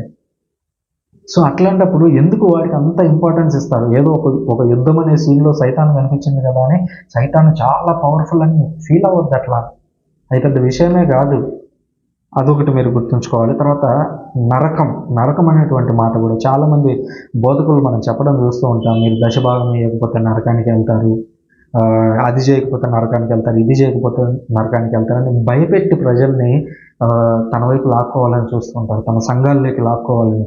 ఆర్షియం సంఘం అనేది తప్పు, మీరు దాంట్లో ఉంటే విగ్రహారాధన చేస్తున్నారు అని ఒక పెద్ద మిస్కాన్సెప్షన్ ప్రజల్లోకి తీసుకొని వెళ్ళిపోతారు. సో అది రాంగ్. ప్రజలకి నరకాన్ని చూపించి భయపెట్టి మన దేవుణ్ణి పరిచయం చేయటం కాదు, దేవుని ప్రేమను చూపించి పరిచయం చేయాలి. యేసుక్రీస్తు ఏం చేశాడు? మరి చదవండి మత్తయి సువార్త నుంచి. వెళ్ళి రోగుల దగ్గరికి వెళ్తాడు, వాళ్ళని ముట్టుకుంటాడు, వాళ్ళని స్వస్థపరుస్తాడు, వాళ్ళని బాగుపరుస్తాడు. అట్లా దేవుని గురించి చెప్తాడు. నువ్వు నా మతంలోకి రా అని ఎప్పుడు అడగలేదు యేసుక్రీస్తు. నువ్వు నన్ను ఫాలో అవ్వు అని కూడా ఎవరిని ఎప్పుడు అడగలేదు. 12 మంది శిష్యుల్ని అనుసరించమన్నాడు. అది ఒక సెపరేట్ టాపిక్. మిగిలిన ప్రజలందరూ కూడా యేసుక్రీస్తు చేసినటువంటి అద్భుతాలను లేదా ఆయన చెప్తున్నటువంటి మాటలను నమ్మి ఆయన అనుసరించారు. సో ఈరోజు మీరు నరకం పేరు చెప్పి భయపెట్టి జనాలను లాగొద్దు. దేవుని ప్రేమ గురించి చెప్పి వాళ్ళని దేవుని వైపు మరల్చడం మనము నేర్చుకోవాలి. సో ఇవన్నమాట వాట్ ఈజ్ నాట్ అనడానికి ఇది ఒక ఎగ్జాంపుల్ అనమాట. అంటే ఇవన్నీ కూడా దర్శన గ్రంథం కాదు. సో దర్శన గ్రంథం అంటే ఏంటి మరి? సో ఇప్పటి వరకు ఫస్ట్ మనం ఏం చూసాం, వాట్ ఈజ్, తర్వాత why is, where is, when is. So ఇట్లా దర్శన గ్రంథం గురించి ఒక ప్రాథమిక అవగాహన. తర్వాత వాట్ ఈజ్ నాట్, దర్శన గ్రంథం అంటే ఏది కాదు అని చూసాము. ఇప్పుడు దర్శన గ్రంథం అంటే అసలు దేని గురించి చెప్తుంది అనేది ఇప్పుడు మనం తెలుసుకుందాం. సో మొట్టమొదటి చెప్తున్నాను, ఒకవేళ మీరు ప్రొటెస్టెంట్ అయి ఉండొచ్చు, చూసేవాళ్ళు క్యాథలిక్ అయి ఉండొచ్చు. సో అది నాకు మ్యాటర్ కాదు. ఎందుకనంటే నేను దీంట్లో ఉన్నది మాత్రమే చెప్పబోతున్నాను. సో మీరు ఈ ప్రకటన గ్రంథం మొత్తం, దర్శన గ్రంథం మొత్తం అయిపోయేసరికి మీరు ఒక క్యాథలిక్గా మారినా కూడా ఆశ్చర్యపోవాల్సిన పని లేదు. ఎందుకనంటే ఇది మొత్తం కూడా క్యాథలిక్ చర్చ్లో 100% నెరవేరటం మనం చూస్తాం. ఇది మీకు అర్థమవుతుంది. ఇప్పుడు చదవబోతున్నాం, రేపటి నుంచి 1వ అధ్యాయం నుంచి 2వ అధ్యాయం నుంచి చదువుకుంటూ వెళ్ళిపోతున్నప్పుడు దర్శన గ్రంథం అనేది క్యాథలిక్ చర్చ్లో ఎంత డీప్గా రూట్ అయి ఉంది అనగా, ఈ దర్శన గ్రంథం యొక్క మూలాలు అనేవి చర్చ్లో ఎంత బలంగా వేళ్ళూనుకుని పోయినాయి అనేది మీకు అర్థమవుతుంది. ఎందుకనంటే చర్చ్ అనేది ఎస్టాబ్లిష్ అయిన తర్వాత వచ్చినటువంటి చివరి పుస్తకం దర్శన గ్రంథం. సో ఈ దర్శన గ్రంథం యొక్క మూలాలను, దర్శన గ్రంథంలో ఉన్నటువంటి విషయాలను చర్చ్ అడాప్ట్ చేసుకోవడం ప్రారంభించింది. అనగా కథోలిక శ్రీ సభ వాటిని తన చర్చ్లో ఇంక్లూడ్ చేసుకోవడం ప్రారంభించింది. సో మీరు ఈ పాఠం అంతా అయిపోయేలోపు, 22 అధ్యాయాలు అయిపోయేలోపు క్యాథలిక్ చర్చ్ మీద చాలామంది నెగిటివ్ ఒపీనియన్ ఉంటుంది, నేను దానికి ఒప్పుకుంటాను. అయితే మీరు ఒక రాంగ్ టీచింగ్లో ఉన్నారు లేదా రాంగ్ ఒపీనియన్లో ఉన్నారనేటువంటి విషయం ఇది మొత్తం విన్న తర్వాత, దర్శన గ్రంథం అంతా పూర్తిగా విన్న తర్వాత మేబీ ఒక్కరైనా క్యాథలిక్గా మారుతారేమో. ఒకవేళ మీరు మారితే తప్పకుండా నాకు తెలియజేయండి, అదొక సంతోషకరమైనటువంటి విషయం. సో ఇది ఒక క్యాథలిక్ చర్చ్లో ఎలా నెరవేరింది అనేటువంటి విషయాలు మనం చర్చిస్తాం. ఇది చాలా క్లియర్గా అర్థం కాబోతుంది. నేను దాన్ని అంత సులువుగా కూడా ఎక్స్ప్లెయిన్ చేయబోతున్నాను. సో అది మొదటిది, వాట్ ఈజ్ రెవల్యూషన్ అంటే దర్శన గ్రంథం ఏంటి అనేది మొట్టమొదటిది. యేసుక్రీస్తు స్థాపించినటువంటి చర్చ్ గురించి చాలా ఎక్కువగా ఎక్స్టెన్సివ్గా మాట్లాడుతుంది.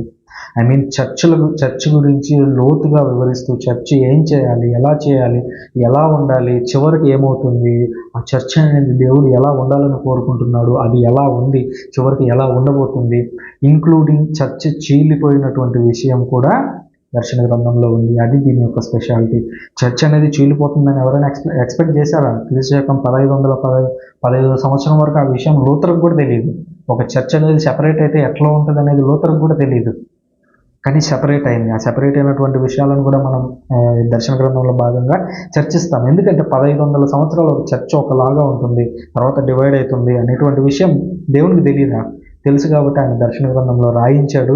సో దేవుడు ఒక చర్చ్ ఉండాలని కోరుకున్నాడు, కానీ అది డివైడ్ అయినప్పటికీ కూడా చివరికి దాన్ని దేవుడు ఏకం చేయబోతున్నాడు. ఒకటే చర్చ్ లాస్ట్కి మిగలబోతుంది అనేటువంటి విషయం కూడా మనకు దీనికి చివరిలో ఈ బుక్ అయిపోయేలోపు మనకు అర్థమవుతుంది. అది ఒకటోది. రెండోది, చాలామంది అనుకున్నట్టు ఇందులో సెకండ్ కమింగ్ గురించి, అబద్ధ ప్రవక్తల గురించి, దెయ్యం గురించి, సైతాన్ గురించి, మృగాల గురించి మాట్లాడేటువంటి పుస్తకం కాదు. ప్రతి పేజీ తిప్పండి మీరు, పేజీకి ఒకసారి గొర్రెపిల్ల అని మీకు కనిపిస్తుంది. గొర్రెపిల్ల అనగానే మనకేం గుర్తు రావాలి?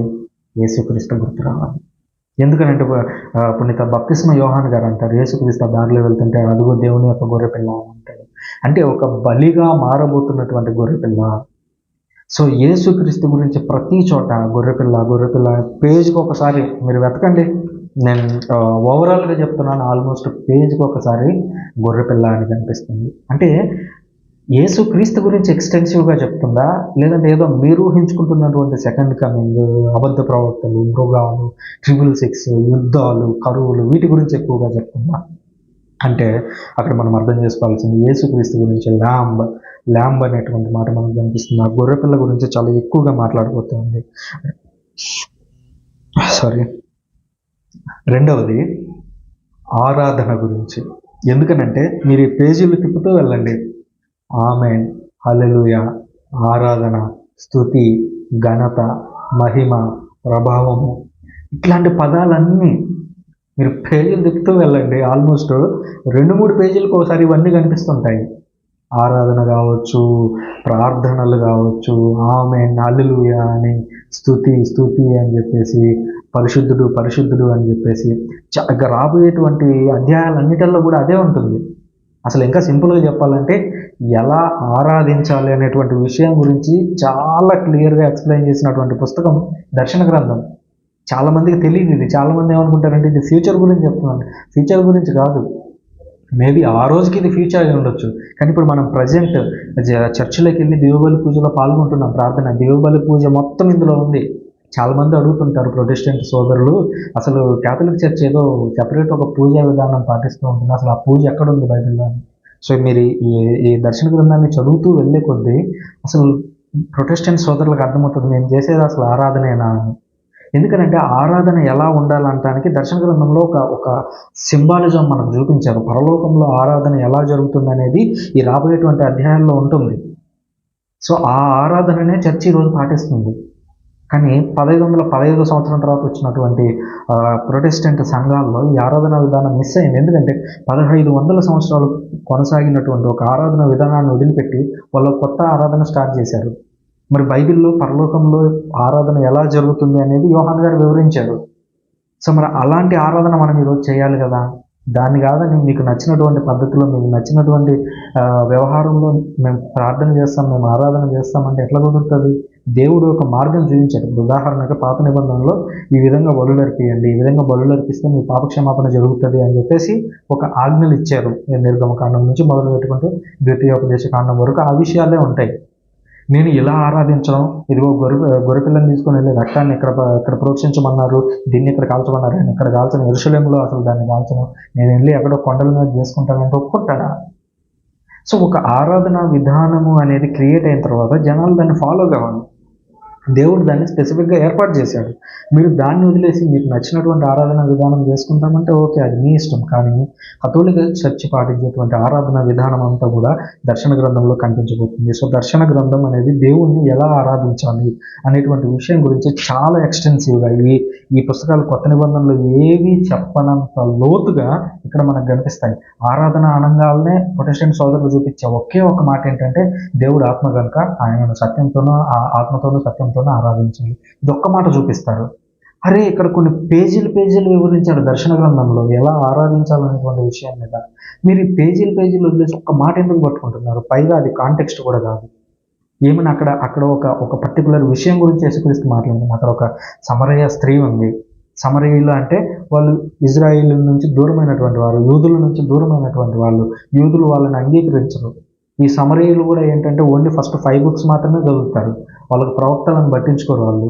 రెండవది, యూదులు మొత్తం వెళ్ళి జెరూసలేములో టెంపుల్లో ప్రార్థనలు చేస్తుంటే వీళ్ళు కొండల మీద ప్రార్థనలు చేస్తుంటారు. సో ఇన్ని డిఫరెన్సెస్ ఉన్నాయి వాళ్ళ మధ్యలో. అవన్నీ యేసుక్రీస్తు చెప్తే యేసుక్రీస్తు అప్పుడు వాళ్ళిద్దరిని కలిపేటువంటి పాయింట్ ఒకటి చెప్తున్నాడు. ఏమని? అమ్మా, మీరేమో కొండల మీద దేవుణ్ణి ఆరాధిస్తున్నారు, యూదులేమో టెంపుల్లోకి వెళ్ళి దేవాలయంలో ఆరాధిస్తున్నారు. దేవుడు ఇక్కడ టెంపుల్లో ఉన్నాడా కొండలో ఉన్నాడా అనేది కాదమ్మా విషయము. దేవుడు ఆత్మ కనుక ఆయన ఆత్మతో ఆరాధించాలి. సో ఆరాధన అనే విధానం గురించి మాట్లాడట్లేదు యేసుక్రీస్తు అక్కడ. సో ఆరాధన అనేది ఎలా అర్పించాలి, టెంపుల్లోనా కొండల మీదనా అనేటువంటి ఒక కాన్ఫ్లిక్ట్, ఒక సమస్య గురించి యేసుక్రీస్తు అక్కడ మాట్లాడుతున్నాడు. యేసుక్రీస్తు అక్కడ ఆరాధన క్రమాన్ని, ఆరాధన ఎలా జరగాలి, స్టెప్ బై స్టెప్ ప్రొసీజర్ అక్కడ వివరించలేదు. ఆ స్టెప్ బై స్టెప్ ప్రొసీజర్ ఇక్కడ దర్శన గ్రంథంలో మనకు కనిపిస్తుంది. తర్వాత వాట్ ఈజ్ రెవల్యూషన్? సో ఇంకా ఏంటి రెవల్యూషన్ ఏం చెప్తుంది అంటే దేవుని యొక్క శక్తిని గురించి చెప్తుంది. దేవుడు తను ఎంత బలవంతుడు, తను అనుకుంటే ఎలాంటి విషయాలను చేయగలడు అనేటువంటి విషయాల గురించి మాట్లాడుతుంది. ఆ తర్వాత ఇంకా దేని గురించి మాట్లాడుతుంది? లివింగ్ వాటర్ అనగా జీవజలం మొట్టమొదట మిస్ అయింది. సో ఆదాము అవ్వలు ఏదైనా తోటలో ఉన్నప్పుడు అక్కడే వాళ్ళు పొందుకొని ఉండాల్సింది, కానీ అది అలా అక్కడ మిస్ అయింది. ఇక్కడ కనిపిస్తుంది మనకు దర్శన గ్రంథంలో. సో ఆ జీవజలం గురించి మాట్లాడుతుంది. అపోస్తలుల గురించి మాట్లాడుతుంది. అపోస్తలులు 12 మంది, అంతకుముందు ఉన్నటువంటి యూదా 12 మంది, ఇజ్రాయేల్ యొక్క 12 మంది మూల పురుషులు, వాళ్ళ గురించి మాట్లాడుతుంది. తర్వాత ఏంజల్స్ గురించి, అనగా దేవదూతలు, కోటాను కోట్ల మంది దేవదూతలు దేవుని ఎదురుగా ఉండి దేవుణ్ణి ఆరాధించడం గురించి మాట్లాడుతుంది. ఆత్మలు, మన యొక్క ఆత్మలు ఎవరైతే భూమి మీద మంచిగా జీవించి చనిపోయి తిరిగి లేచి అక్కడికి వెళ్ళి అంటారో వాళ్ళందరి యొక్క ఆత్మలు మనకి ఇక్కడ కనిపించబోతున్నాయి. సో ఓవరాల్గా అసలు వాట్ ఈజ్ రెవల్యూషన్ మొత్తం దేని గురించి చెప్తుంది అని అంటే, నేను నోట్ చేసుకున్నా ఏది మిస్ కాకూడదు అని చెప్పేసి. ఒకటి, గొర్రెపిల్ల గురించి మాట్లాడుతుంది. ఆమేన్, హల్లెలూయా, ప్రార్థన, దేవాలయము, మహిమ, దేవుని యొక్క శక్తి, యేసుక్రీస్తు యొక్క శక్తి, తర్వాత పునీతులు, ఆరాధన, తర్వాత లివింగ్ వాటర్, తర్వాత స్పిరిట్, దేవుని యొక్క ఆత్మ, అపోస్టల్స్ అనగా అపోస్తలులు, యేసుక్రీస్తు యొక్క 12 మంది శిష్యులు, అంతకుముందు ఉన్నటువంటి 12 మంది మూల పురుషులు, ఆ తర్వాత దేవుని యొక్క దేవదూతలు, ఇట్లాంటి విషయాల గురించి మాట్లాడుతుంది. దాదాపు ఒక 70-80% ఓన్లీ వీటి గురించే ఉంటుంది. ఇప్పుడు నేను చెప్పిన వాటి గురించి 70-80% ఉంటుంది. మిగిలిన 20-30% ఏంటి? యుద్ధాలు, కరువులు, 666, సెకండ్ కమింగ్, ఇవన్నీ కూడా ఒక 20-30% ఉంటుంది. అంటే డిఫరెన్స్ అర్థం చేసుకోండి. సో ఈ దర్శన గ్రంథము అనే దాని మీద చాలా మిస్కన్సెప్షన్స్ ఉన్నాయి. కావాలంటే మీరు ఈరోజు ఈ పాఠం వినగానే ఒకసారి దర్శన గ్రంథాన్ని ఓపెన్ చేసి మీరు చదవడం ప్రారంభించండి. అప్పుడు మీకే అర్థమవుతుంది, అరే ఇది మాట్లాడుతున్నది ఎక్కువ శాతం ఆరాధన గురించి, దేవుడు ఎలా ఉన్నాడు, దేవుడిని ఎలా మనం ఆరాధించాలనే విషయాల గురించి మాట్లాడుతుందని మీకే అర్థమవుతుంది. సో ఇది దర్శన గ్రంథం ఏంటి, ఏది కాదు, తర్వాత 5 క్వశ్చన్ల ద్వారా వాట్ ఈజ్ వాట్ అనేది మనం తెలుసుకున్నాము. ఇప్పుడు దర్శన గ్రంథంలో ఉపయోగించినటువంటి సింబల్స్ గురించి, పోలికల గురించి మాట్లాడుకోవాలి. ఎందుకంటే ఈ పోలికలు మీకు అర్థం కాలేదంటే ఇంకా మీరు జీవితంలో దీన్ని అర్థం చేసుకోలేరు. ఉదాహరణకి ఒకటి చెప్తాను. సూర్యుడు, చంద్రుడు. సూర్యుడు అంధకార బంధువుడైపోతాడు, చంద్రుడు తమ కాంతిని కోల్పోతాడు, ఆకాశం అంతా వణుకుతుంది, భూమి మీద భూకంపాలు వస్తాయి. సో ఇవన్నీ లిటరల్గా కాదు. సో చాలామంది ఏమనుకుంటారంటే ఇవన్నీ లిటరల్గా మాట్లాడుతున్నాడు, సూర్యుడు నిజంగానే చీకటి పడిపోతాడు, చంద్రుడు నిజంగానే అసలు వెలగకుండా ఆగిపోతాడు అనేటువంటి ఒక నెగిటివ్ ఒపీనియన్లోకి వెళ్తూ ఉంటారు. సో అవన్నీ కాదు. నేను ఇప్పుడు ఇందులో ఉపయోగించినటువంటి సింబల్స్ గురించి మాట్లాడతాను. అదేంటి అనేది మీకు రాబోయేటువంటి రోజుల్లో ఇంకా కొంచెం క్లియర్గా అర్థమవుతుంది. సో మొట్టమొదటిది ఏంటంటే నేచర్. సో దేవుడు ఈ పుస్తకాన్ని రాయించడానికి నేచర్ని చాలా ఎక్కువగా ఉపయోగించుకున్నాడు. నేచర్ అంటే ఏముంటాయి? మన చుట్టూ ఉండేటువంటి చెట్లు అయితేనేమి, సూర్యుడు, చంద్రుడు, ఆ తర్వాత నక్షత్రాలు, ఆకాశము, భూమి, సముద్రము, నీరు, ఇట్లాంటి విషయాలన్నీ ఇందులో కనిపిస్తాయి. ఆ పదాలు కనిపిస్తాయి. కానీ మీరు ఎగ్జాక్ట్గా ఆ సూర్యుడు అంటే సూర్యుడి గురించే మాట్లాడుతుంది అని మీరు ఫీల్ కాకూడదు. అట్లా అది ఒక వేరే విషయం గురించి మాట్లాడటము, రూపకాలంకారం అంటాం కదండి, ఒక రూపం గురించి చెప్తారు. సో అదేంటి అనేది మనకి ఈ పాత నిబంధన మొత్తం చదివితే అప్పుడు ఆ సింబల్స్ ఎందుకు ఉపయోగించాలనేది అర్థమవుతుంది. ఇంకొక విషయం ముందుగానే క్లియర్ చేస్తాను. అదేంటంటే ఈ చివరి 10 పేజీలు అర్థం కావాలంటే, దర్శన గ్రంథం యొక్క 10 పేజీలు అర్థం కావాలంటే మీరు ఆల్మోస్ట్ ఈ 1600 పేజీలు చదవాలి. 1600 పేజీల్లోనూ ప్రత్యేకించి ప్రవక్తల గ్రంథాలను చాలా లోతుగా చదవాలి. ఎందుకంటే యోహాన్ రాసినటువంటి ఈ దర్శన గ్రంథంలో ఉపయోగించినటువంటి సింబల్స్లో ఆల్మోస్ట్ 80%, సో యోహాన్ గారు రాసినటువంటి సింబల్స్ ఏవైతే ఉన్నాయో అందులో ఆల్మోస్ట్ 80% అంటున్నాను. చూడండి, 80% కంప్లీట్గా ప్రవక్తల నుంచి తీసుకున్నాడు. అంటే ఆయన కొత్తగా ఏం చెప్పలేదు, కొత్తగా చెప్పింది ఒక 20-30%. అంటే పాత నిబంధనలో ఉన్నటువంటి ప్రవక్తలు రాసినటువంటి 80% విషయాలు కొత్త నిబంధనలో ఎలా నెరవేరాయి, ఎలా నెరవేరబోతున్నాయి అనేటువంటి ఆ కాన్సెప్ట్ మాత్రమే ఆయన రాశాడు. కానీ అందులో ఉన్నటువంటి 80% కంప్లీట్గా ప్రవక్తల గ్రంథాల నుంచి వచ్చింది. ఉదాహరణకు ప్రవక్తలు అంటే ఎవరు అనుకోవద్దు. ఉదాహరణకి యెషయా ప్రవక్త, యెహెజ్కేలు ప్రవక్త, ఇర్మియా, దానియేలు, జకర్యా, జఫన్యా, మలాకి, ఆమోసు, ఇంకా ఎవరున్నారు, హబక్కూకు. సో ఇట్లాంటి ప్రవక్తలు అందరూ, యావేలు, వీళ్ళందరూ రాసినటువంటి మాటలను ఎక్స్ట్రాక్ట్ చేసుకుని అవి ఎక్కడ నెరవేరుతున్నాయి అనేటువంటి విషయాలని యోహాన్ గారు ఇందులో క్రోడీకరించారు. అంటే దానికి నెరవేర్పును రాశాడు. కానీ అందులో ఉన్న 80% ఇది మొత్తం ఉండాలన్నమాట. అంటే మీరు ప్రవక్తల గ్రంథాలను క్షుణ్ణంగా చదివితే తప్ప మీకు ఇది అర్థం కాదు. ఓకే, మీరు అవన్నీ చదవాలంటే ఈ రోజు అయ్యేది కాదు. నేను అది ఎక్స్ప్లెయిన్ చేస్తాను స్టెప్ బై స్టెప్. మనం ప్రతి వచనం కూడా చదువుకుంటూ వెళ్ళేటప్పుడు ఈ మాట పాత నిబంధనలో ఎక్కడుంది, ఏ ప్రవక్త చెప్పాడు, ఎందుకు చెప్పాడు అనేటువంటి విషయాలను కూడా మనం రాబోయేటువంటి క్లాసుల్లో చర్చిస్తాం. సో సింబల్స్ యూజ్డ్ అంటే ఇందులో ఉపయోగించినటువంటి సింబల్స్ ఏంటి అనే దాని కింద మనం ఇప్పటివరకే నేచర్ గురించి మాట్లాడింది. సో చుట్టూ ఉన్నటువంటి ప్రకృతిని దేవుడు ఇన్వాల్వ్ చేసి మాట్లాడాడు. రెండవది నెంబర్స్ ఉపయోగించాడు. నెంబర్స్ గురించి మీరు చాలా లోతుగా అర్థం చేసుకోవాలి. ఎందుకంటే 666 అనే నెంబర్ ఉంది ఉదాహరణకి. సో అట్లాగే నెంబర్స్ అనేది చాలా కీలకం. సో ఒక్కొక్క నెంబరు ఒక్కొక్క సిగ్నిఫికెన్స్ ఉంటుంది. ఉదాహరణకి 1వ నెంబరు, ఎందుకంటే 1 to 10 అన్ని నెంబర్స్ తీసుకొని చెప్తాను, అప్పుడు మీకు ఒక రఫ్ ఐడియా వస్తుంది. బైబిల్లో ఆ నెంబర్స్ని ఉపయోగించినప్పుడు, ఒక నెంబర్ అనేది మీరు చదివినప్పుడు దాని వెనుక చాలా కాంటెక్స్ట్ ఉంటుంది, అది అర్థం చేసుకోవాలి. మొట్టమొదటిది 1, 1వ నెంబరు అని వినగానే మనకు అదేంటంటే దేవుడు ఒకే ఒక్కడు. సో ఆ నెంబర్ అనేది చాలా పవర్ఫుల్. సో 1 అనే నెంబర్ ఎక్కడైనా ఉపయోగించబడితే అది చాలా పవర్ఫుల్ అనేటువంటి విషయాన్ని ఉపయోగించాలి, చాలా గొప్పది. తర్వాత 2 అనే నెంబర్ 2 అనే నెంబర్ మీకు కనిపిస్తే 2 అనే నెంబర్ మీకు వినిపించగానే సాక్ష్యము అనే పదం వినపడాలి. ఎందుకనంటే పాత నిబంధన ప్రకారం ఎవరి మీదైనా ఒక నేరం రుజువు చేయాలి అని అంటే 2 సాక్షులు ఖచ్చితంగా ఉండాలి. సో 2 అనే నెంబర్ రాబోతుంది, అందుకనే 2 గురించి చెప్తున్నాం. బైబిల్లో దర్శన గ్రంథంలో 2 అనే నెంబర్ కూడా ఉపయోగించబడుతుంది, దాని గురించి చెప్తాను. సో 2 అనే నెంబర్ కనపడిందంటే మీకు సాక్ష్యం అనేది కనపడుతుంది. సో ఇది ట్రూత్, ఇది నిజము అనేది అర్థం చేసుకోవాలంటే 2. కానీ పాత నిబంధనలో కొన్నిసార్లు ఇద్దరితో ఇద్దరు కూడా సాక్ష్యం చెప్పారనుకోండి, అంటే ఇద్దరు కలిసి అబద్ధం చెప్పారనుకోండి, ఆ వ్యక్తికి మరణశిక్ష పడిపోతుంది. ఎందుకనంటే ఇంకా అందులో ఉన్నటువంటి లోపం అది ఏంటంటే, నేను తప్పు చేశాను అనుకోండి, ఉదాహరణకి ఒక వ్యక్తి చూశాడు అనుకోండి, వీడు తప్పు చేశాడని ఒక్కడు చెప్తే అది చెల్లదు. సో ఇద్దరు చూసి ఉండాలి మినిమం. సో ఇద్దరు నేను తప్పు చేయలేదు కానీ ఇద్దరు కలిసి వచ్చి యూదా ప్రధాన అర్చకుల దగ్గరికి వెళ్ళి వాడు తప్పు చేస్తుండగా మేము చూసాము అని ఇద్దరు కానీ చెప్తే వాడిని చంపేయాలి, ఇంకొక ఆప్షన్ లేదు. సో అదొక లోపం పాత నిబంధనలో ఉన్నది, దాని గురించి మనం మాట్లాడతాము. సో అదొక లోపం. సో అది మంచిగాను ఉపయోగించబడింది, చెడుగాను ఉపయోగించబడింది. కూట సాక్ష్యము అని పాత నిబంధనలో వింటుంటాం.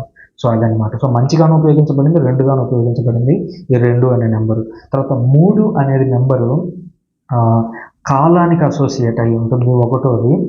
2వది వచ్చేసి పూర్ణ సంఖ్య అంటారు. 3 అనేది పూర్ణం, అంటే ఉదాహరణకి 3, 3 2 6, 3 3 9. సో 3 6 9 12 ఇవన్నీ కూడా ఒక సీక్వెన్స్లో వస్తూ ఉంటాయి. ప్లస్ ఇది పూర్ణము అనేటువంటి భావన వాళ్ళల్లో ఉంటుంది. తర్వాత 6 అనే నెంబరు, 6 అనేది మనుషులకి జంతువులకి గుర్తు. ఎందుకనంటే దేవుడు ఒక్కొక్క రోజున ఒక్కోదాన్ని చేసుకుంటూ వచ్చాడు.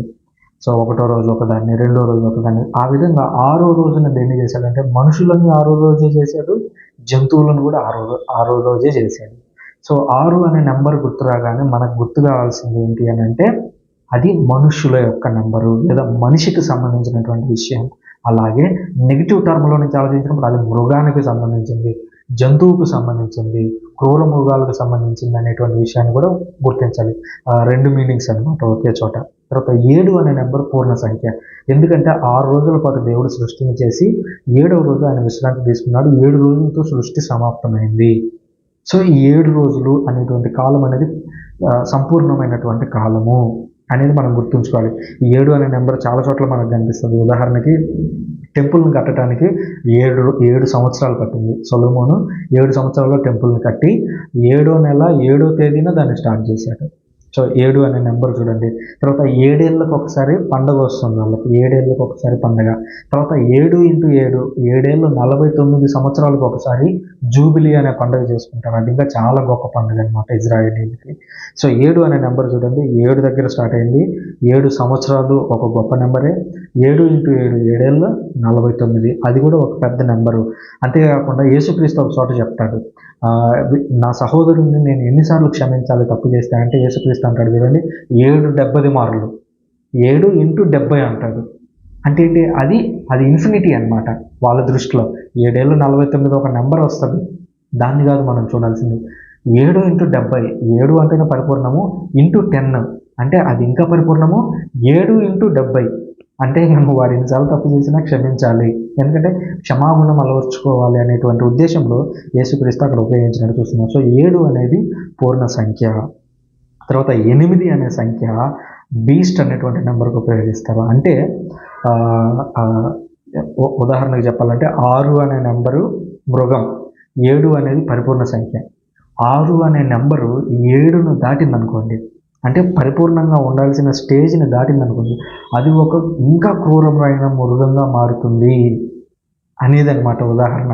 దీనికి ఉదాహరణ ఇంకా బైబిల్లో ఎక్కడ చూస్తాం, ఒక చోట 7 దయ్యాలతో బాధపడుతున్నటువంటి ఒక స్త్రీని యేసుక్రీస్తు విడిపిస్తాడు. విడిపించిన తర్వాత ఒకవేళ ఆమె మళ్ళీ చెడిపోతే పరిస్థితి ఎలా ఉంటుందంటే, ఆ విడిపోయినటువంటి దెయ్యం ఏదైతే ఉందో అది మరి 7 ఆత్మలని, తనకంటే ఘోరమైనటువంటి మరి 7 ఆత్మలను తీసుకొని వచ్చి ఆ వ్యక్తిలో నివాసం ఉంటుంది అని చెప్తారు. అంటే దాని ఎగ్జాంపుల్ గమనించండి. ఒక్క ఆత్మ బయటికి పోయింది, ఇంకొక 7 ఆత్మలను తీసుకొచ్చి మొత్తం 8 ఆత్మలు ఆ శరీరంలో ఉంటున్నాయి, చెడు ఆత్మలు. సో అవి ఇంకెంత దారుణమైన స్థితిని కలుగజేస్తాయి అని ఎక్స్ప్లెయిన్ చేస్తున్నారు. అంటే 8 అనేది ఒక హీనమైన సంఖ్య, ఒక దారుణమైన సంఖ్య, ఆ వరస్ట్ను సూచించేటువంటి సంఖ్య. ఇదేంటి నెగిటివ్ సైడ్. పాజిటివ్ సైడ్లోకి వెళ్తే 7 రోజులు అనేది సబ్బాత్తో సమానం. అంటే 7వ రోజు షబ్బాత్ అంటారు యూదులు. సో 7వ రోజు అనేది పవిత్రమైంది.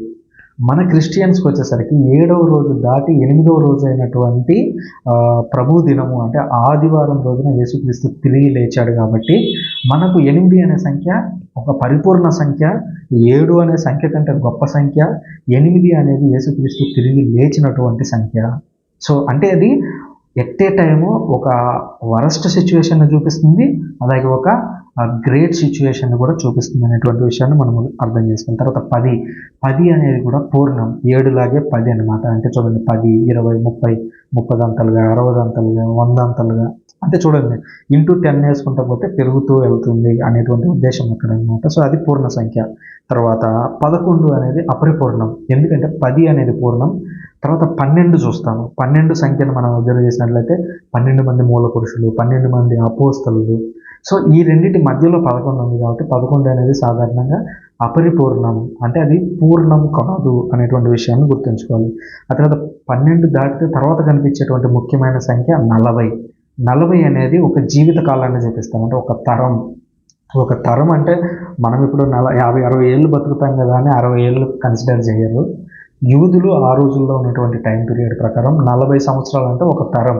సో అక్కడి నుంచి వీళ్ళు రావడానికి ఒక తరం గడిచింది అని అంటే 40 సంవత్సరాలు గడిచింది అని. యేసుక్రీస్తు కూడా ఒక చోట ఏమంటాడు, ఈ సంగతులన్నీ జరుగు వరకు ఈ తరము చనిపోదు, ఈ తరం వీటన్నిటిని చూస్తుంది అని చెప్తాడు ఒక చోట. సో ఆ తరం అంటే 40 ఏళ్ళు. సో అంటే యేసుక్రీస్తు రఫ్గా క్రీస్తు శకం 30లో ఆ విషయాలు చెప్పాడు అని అనుకుంటే, ఒక తరం అంటే 30 నుంచి 40, 70 సంవత్సరాల లోపు యేసుక్రీస్తు చెప్పినవన్నీ జరిగి ఉండాలి అనేది అక్కడ కీలకమైనటువంటి విషయం అనమాట. ఒక సెకండ్ వాటర్ తాగుతాను.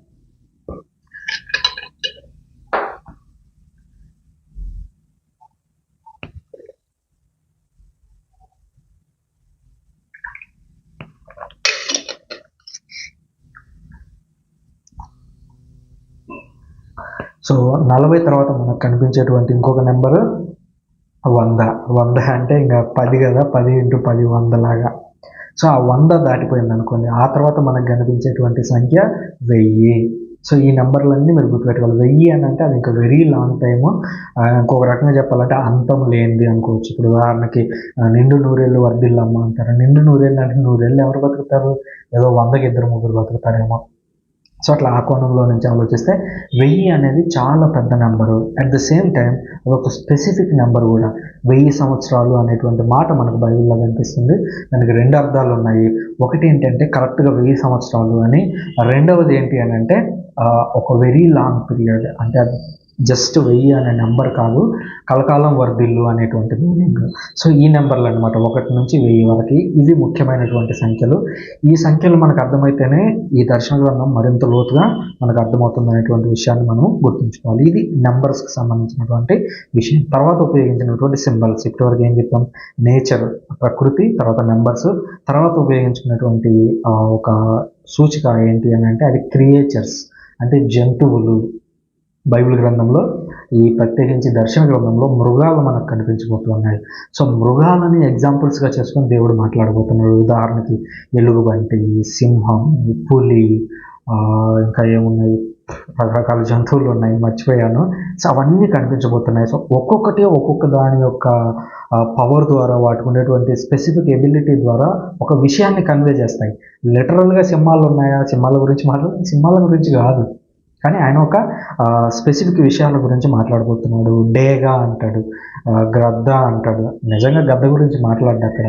గద్ద ఏం చేస్తుంది, కింద ఉన్నటువంటి శవాలను తినడానికి వస్తుంది, లేదా కింద ఉన్నటువంటి దాన్ని ఎత్తుకొని వెళ్ళిపోవడానికి, కోడిపిల్లని ఎత్తుకొని పోవడానికి వచ్చినట్టుగా వస్తుంది. సో అంటే అక్కడ మనం అర్థం చేసుకోవాలి, ఒక గద్దలాగా వచ్చి తీసుకెళ్ళిపోయింది, ఒక గద్ద వచ్చి తీసుకెళ్ళిపోయింది అంటే బైబిల్ పరిభాషలు మనం అర్థం చేసుకోవాలి ఏంటంటే ఒక శత్రు దేశం వచ్చి అక్కడ ఉన్నటువంటి వాళ్ళ మీద యుద్ధం చేసి వెళ్ళిపోయింది అనేటువంటి కోణంలోంచి ఆలోచించాలి. అట్లాంటి అనేక విషయాలను మనం ఇక్కడ చదవబోతాం తర్వాత రోజుల్లో. తర్వాత మనుషుల గురించి మాట్లాడతాడు.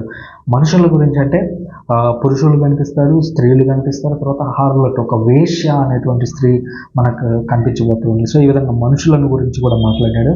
తర్వాత సిటీస్ గురించి మాట్లాడాడు. సిటీస్ అంటే ఆ రోజుల్లో చెప్తా చూడండి ఎన్ని ఉపయోగించాడు దేవుడు.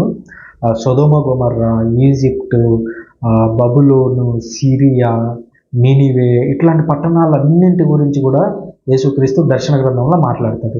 అయితే లిటరల్గా వీటిని ఆ సిటీస్తో ముడిపెట్టి మాట్లాడుతున్నాడు తప్ప ఆ సిటీస్ గురించి మాట్లాడట్లేదు. ఉదాహరణకి బబులోను అని కనిపిస్తుంది మనకి ఈ దర్శన గ్రంథంలో, కానీ అప్పటికే బబులోన్ అనే సామ్రాజ్యం నాశనం అయిపోయింది. సో ఇంకా దాని గురించి మాట్లాడే ప్రయోజనం ఏముంది, ఎందుకంటే ఇది రాసే టైంకి రోమా రాజ్యం నడుపుతుంది. సో రోమా ఉంది అప్పటికి రాజ్యం, బబులోన్ అనే సామ్రాజ్యం అప్పుడే అంతరించిపోయింది ఎప్పుడో. సో మరి దాని గురించి ఎందుకు మాట్లాడతాడు, దాని గురించి మాట్లాడట్లేదు. బబులోను అంటే ఎవరో కాదు, ఇజ్రాయేలు అనేటువంటి విషయం మనకి దీన్ని చదివే కొద్దీ మనకు అర్థమవుతుంది. దాన్ని క్లియర్గా నేను ఎక్స్ప్లెయిన్ చేస్తాను కూడా తొందరలో. తర్వాత బ్రైడ్ అనే దాని గురించి మాట్లాడతాను. బ్రైడ్ అంటే ఏంటి, పెళ్లి కూతురు అని అంటే అక్కడ మనకు రెండు పెళ్లి కూతురు లాగా రెండు విషయాలు మనకు కనిపిస్తాయి. ఒకటి ఇజ్రాయేలు లేదా జెరూసలేం, లేదా రెండవది చర్చ్. ఈ రెండు అంశాలు మనకు కనిపిస్తాయి. సో పెళ్లి కూతురు అనగానే లిటరల్గా మీరు నేను ఆడవాళ్ళలాగా రెడీ అయ్యి పెళ్లి చేసుకుంటామని అట్లా ఊహించొద్దు. ఒక చర్చ్ కలెక్టివ్గా, చర్చ్ లేదా జెరూసలేం అనేది కలెక్టివ్గా బ్రైడ్ అనే దాన్ని ఎక్స్ప్లెయిన్ చేస్తారు. అది మనం రాబోయేటువంటి క్లాసులో చూస్తాం. తర్వాత ముత్యాల గురించి మాట్లాడతాం. అనేక రకమైనటువంటి ముత్యాలు, మరకతమణి అని చెప్పేసి, నీలమణి అని చెప్పేసి ఏవో మనుల పేర్లు ఉన్నాయి, నాకు ఎగ్జాక్ట్గా గుర్తులేదు. ఆ మనులన్నింటి గురించి కూడా మాట్లాడతాడు. అవి పాత నిబంధన నుంచి, ఏది మోషే దగ్గర నుంచి కనిపిస్తాయి. సో ప్రధాన అర్చకుడు తాను వేసుకునేటువంటి బెస్ట్ ప్లేట్ మీద ఇక్కడ మనులను ధరిస్తాడనమాట. ఏది ఇజ్రాయెల్ దేశంలో అక్కడ ఉండేటువంటి హై ప్రీస్ట్. సో దాని గురించి కూడా మనకి ఇక్కడ ఈ దర్శన గ్రంథంలో కనిపించబోతుంది. దాని గురించి కూడా చర్చిస్తాం. తర్వాత యేసుక్రీస్తు కూడా అనేక రూపాల్లో దర్శనమిస్తాడు. సో యేసుక్రీస్తు అంటే ఓన్లీ మనిషి రూపం అనుకుంటాము, లేదా దేవుడి రూపం అనుకుంటాము, కానీ దేవుడు మనిషి కాకుండా ఎన్ని రకాలుగా కనిపిస్తాడు చూడండి. ఉదాహరణ నేను జస్ట్ నోట్ డౌన్ చేసుకున్నా, మనం చదివే కొద్దీ ఇంకా కొన్ని కనిపిస్తాయి.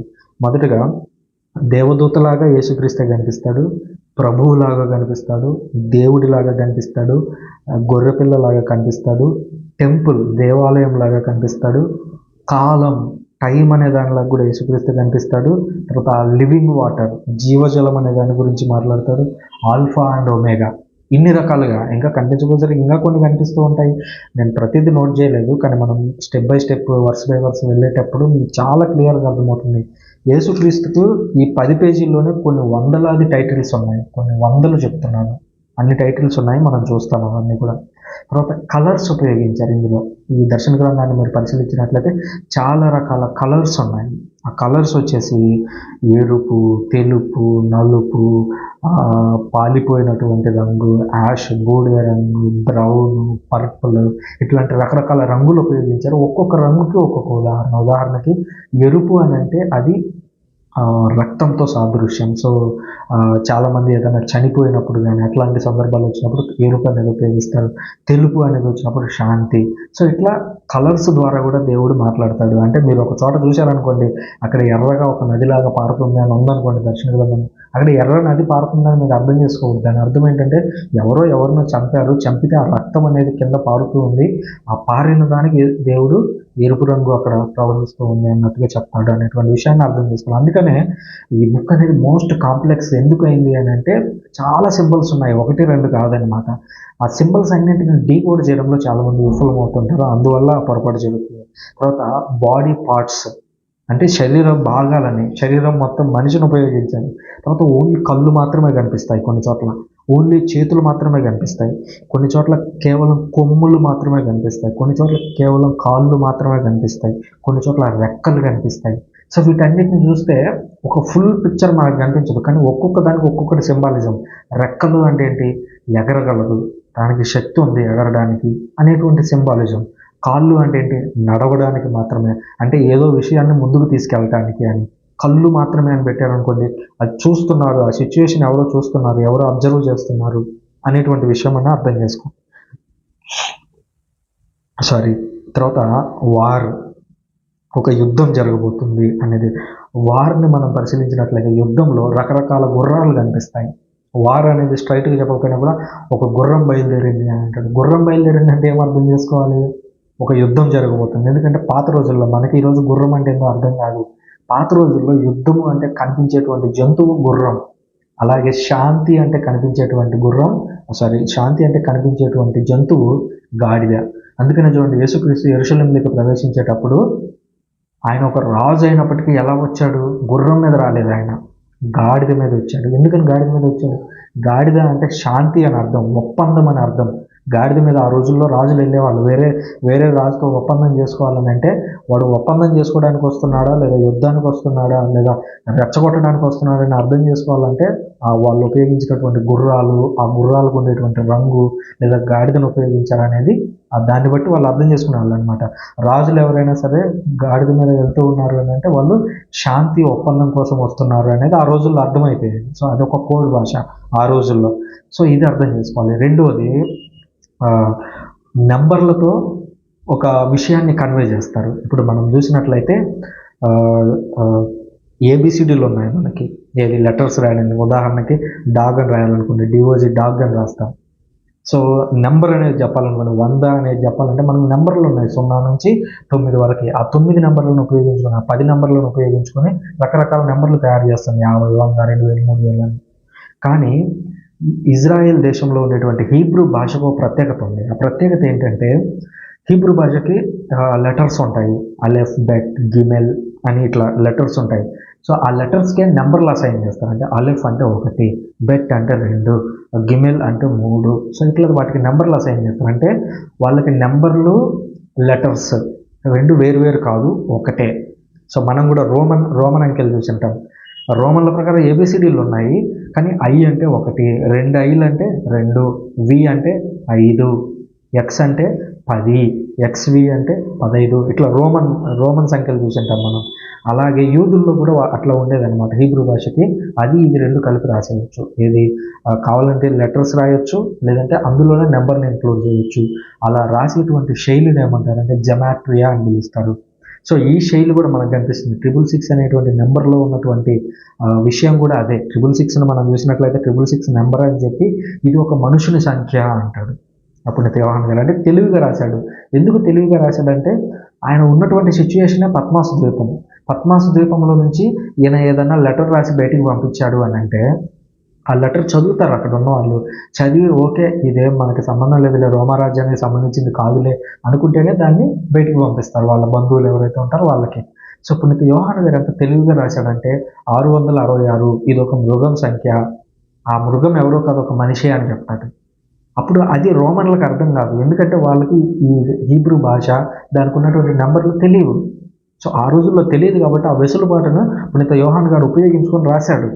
సో ఆ నెంబర్ ఎవరు అనేది మనం రాబోయేటువంటి రోజుల్లో చర్చించబోతూ ఉన్నాం కూడా. ఇది దర్శన గ్రంథానికి ఒక ప్రాథమికమైనటువంటి వివరణ. ఇవేవి తెలియకుండా మీరు దర్శన గ్రంథాన్ని చదివితే మీకు అసలు అర్థమే కాదనమాట. ఇంకొక గొప్ప విషయం మనం చర్చించాల్సింది ఉందన్నమాట. ఇది ఈ ఎపిసోడ్కి సంబంధించి ఇది లాస్ట్ విషయం అవుతుంది. అదేంటంటే యేసుక్రీస్తు మాట్లాడినటువంటి మాటలే మనం తీసుకోబోతున్నాం. మత్తయి శుభవార్త 24వ అధ్యాయము.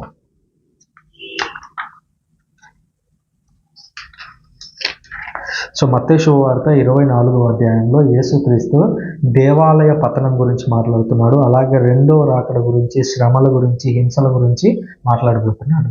సో ఈ ఎపిసోడ్ కల్లా అత్యంత ముఖ్యమైనటువంటి మాటలు ఇవే అని నేను భావిస్తున్నాను. ఎందుకనంటే అసలు మన కాంటెక్స్ట్ అర్థం కావాలి. చాలామంది శ్రమలు, హింసలు, భూకంపాలు, కష్టాలు వీటిని సెకండ్ కమింగ్తో ముడిపెడతారు.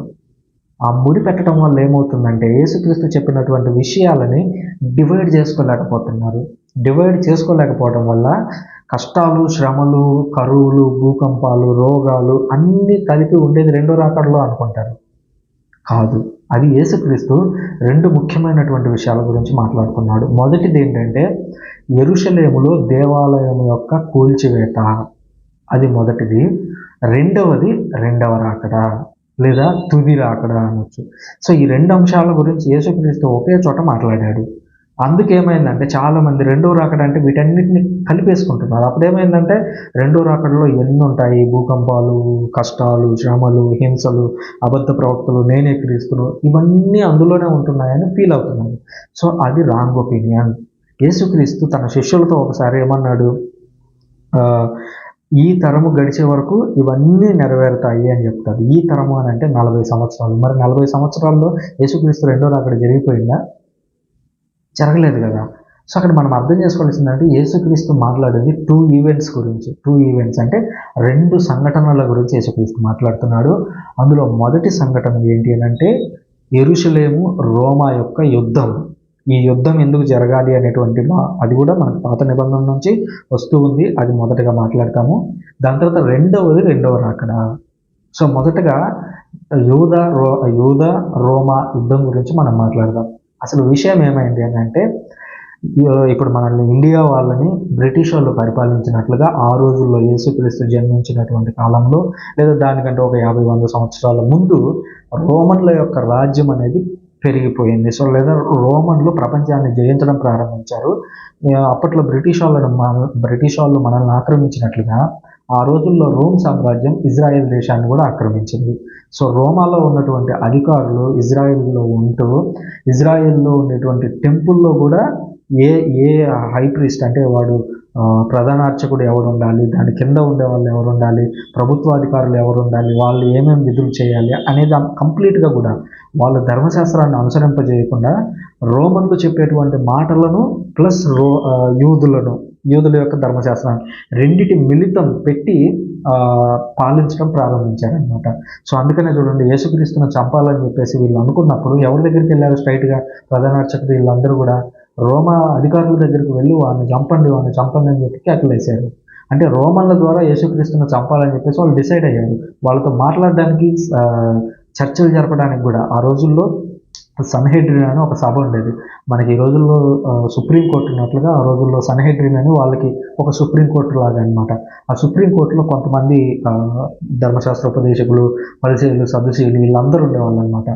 వాళ్ళకు మధ్యలో బోల్డ్ అని గొడవలు ఉన్నాయి. అంటే ఇప్పుడు ధర్మశాస్త్రానికి సంబంధించి ఓన్లీ 5 పుస్తకాలు మాత్రమే అని సదుశీలు అంటారు. కాదు, పాత నిబంధనలో ఉన్నటువంటి 5 పుస్తకాలు ప్లస్ ప్రవక్తల పుస్తకాలు ప్లస్ హిస్టరీ పుస్తకాలు వీటన్నిటిని నమ్మాలని పరిచయులు అంటారు. వీళ్ళిద్దరితో పోలిస్తే మళ్ళీ వీళ్ళెవరు ఎస్సేనులు అని ఒక గుంపు. ఎస్సేనులు అంటే ఎవరంటే వీళ్ళు సమాజంలో బతకరు, ఓన్లీ ఎడారుల్లోకి వెళ్ళిపోయి, పునీత బప్తిస్మ యోహాను గారు ఆ గుంపుకు చెందిన అతనే.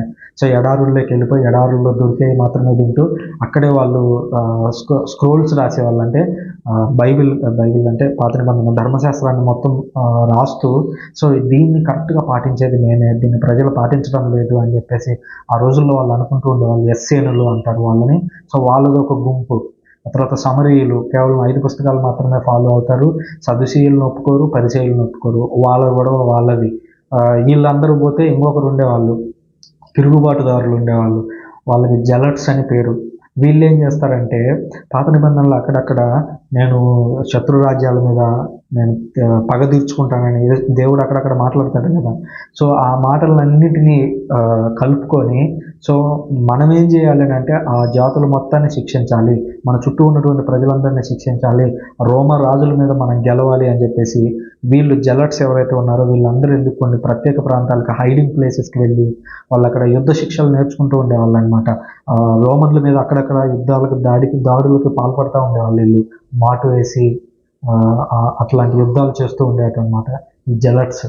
సో ఇన్ని గుంపులు ఉన్నాయి. అదొక కాంప్లెక్స్ సమాజం. అది పేదలు ఉన్నారు, ధనికులు ఉన్నారు, మధ్యతరగతి ప్రజలు ఉన్నారు. సో అంత డివైడ్ అయిపోయిందన్నమాట ఎటోళ్ళటు. సో యేసుక్రీస్తు వీళ్ళతో మాట్లాడుతున్నప్పుడు చెబుతూ ఉన్నాడనమాట. దట్టు యేసుక్రీస్తు వచ్చిన తర్వాత ఇంకో కొత్త శాఖ ప్రారంభమైంది. అదేంటి? క్రైస్తవులు. యేసుక్రీస్తుని అనుసరించే వాళ్ళు స్టార్ట్ అయింది. వీళ్ళందరితో పోలిస్తే వీళ్ళది ఇంకో కొత్త జాతి అనమాట. సో వీళ్ళందరూ కలిసి ఉన్నటువంటి ఒక కాంప్లెక్స్ సమాజం అది. ఆ సమాజానికి యేసుక్రీస్తు తన రెండవ రాకడ గురించి, అలాగే యెరూషలేం గురించి, యెరూషలేం మీద రాబోతున్నటువంటి శిక్షణ గురించి మాట్లాడుతున్నాడు. చూడండి, చాలామంది ఏమనుకుంటారంటే ఇందులో శిక్ష విధించేటువంటి, అనగా దర్శన గ్రంథంలో శిక్షను అనుభవించబోయేటువంటి నగరం ఏదైతే ఉందో అది బబులోన్ అని, లేదంటే రోమా సామ్రాజ్యం, రోమ్ నగరం అని, లేకపోతే అస్సిరియా సామ్రాజ్యం అని, ఇట్లా రకరకాలుగా అనుకుంటారు. కానీ అక్కడ శిక్షను పొందబోతున్నది ఎవరు అని అంటే యెరూషలేం నగరం. అక్కడ నాశనం కాబోతుంది ఎవరు అని అంటే యెరూషలేం నగరం. ఇది నేను చెప్తున్నటువంటి మాట కాదు, స్ట్రైట్గా యేసుక్రీస్తే చెప్తున్నాడు. చూడండి, మత్తయి శుభవార్త 23వ అధ్యాయము 35వ వచనం. దానికంటే ముందు యేసుక్రీస్తు పరిసయ్యులు, సదుశీయులు వాళ్ళందరూ చేసినటువంటి విషయాల గురించి మాట్లాడుతూ అంటున్నాడు. నీతిమంతుడగు హేబేలు హత్య మొదలుకొని ఆలయమునకు బలిపీఠమునకు మధ్య మీరు బలిగా ఉంచిన బరాకియా కుమారుడగు జకర్యా హత్య వరకు చెందించిన నీతిమంతుల రక్తాపరాధము మీపై పడును. అంటే ఎవరికి చెప్తున్నాడు? అక్కడ ఉన్నటువంటి ధర్మశాస్త్రోపదేశకులు, యెరూషలేము యొక్క నాయకులు. సో మీపై పడును. వీటన్నింటికి గాను ఈ తరము వారు శిక్షను అనుభవించి తీరుదురని నేను నిశ్చయముగా చెప్పుచున్నాను. సో యేసుక్రీస్తు ఎంత స్పష్టంగా చెప్తున్నాడు చూడండి. ఇప్పటి వరకు మీరు చాలామంది ప్రవక్తలను చంపారు మీరందరూ కలిసి. సో చంపినందుకు గాను మీ మీద శిక్ష రాబోతుంది. రెండవది ఏమంటున్నాడు? ఈ తరము వారు శిక్షను అనుభవించి తీరుదురు అనే దాంతో ఆపకుండా ఇంకా అంటున్నాడు, నిశ్చయంగా చెప్పుచున్నాను. అంటే ఇది డెఫినెట్గా జరగబోతుంది అని యేసుక్రీస్తు స్పష్టం చేయడం చూస్తున్నాం. తర్వాత 37వ వచనంలో అంటున్నాడు, కోట్, ఓ యెరూషలేమా యెరూషలేమా, నీవు ప్రవక్తలను చంపి దేవుడు పంపిన ప్రతినిధులపై రాళ్ళు రువ్వుచున్నావు. కోడి రెక్కలు చాపి తన పిల్లలను ఆదుకొనున్నట్లు నేను ఎన్ని పర్యాయములు నీ పిల్లలను చేరదీయగోరినను నీవు అంగీకరించకపోతివి. ఇదిగో నీ గృహము నిర్మానుష్యమగును. ప్రభువు పేరిట వచ్చువాడు స్తుతింపబడునుగాక అన్ని సన్నుతించు వరకు నీవు నన్ను చూడజాలు అని నీతో నిశ్చయముగా చెప్పుచున్నాను. ఇక్కడ కాంటెక్స్ట్ అర్థం చేసుకోండి. ఏంటంటే యెరూషలేము దేవుని యొక్క మాట వినడం మానేసింది. ఇది యేసుక్రీస్తు మాత్రమే చెప్తున్నాడా?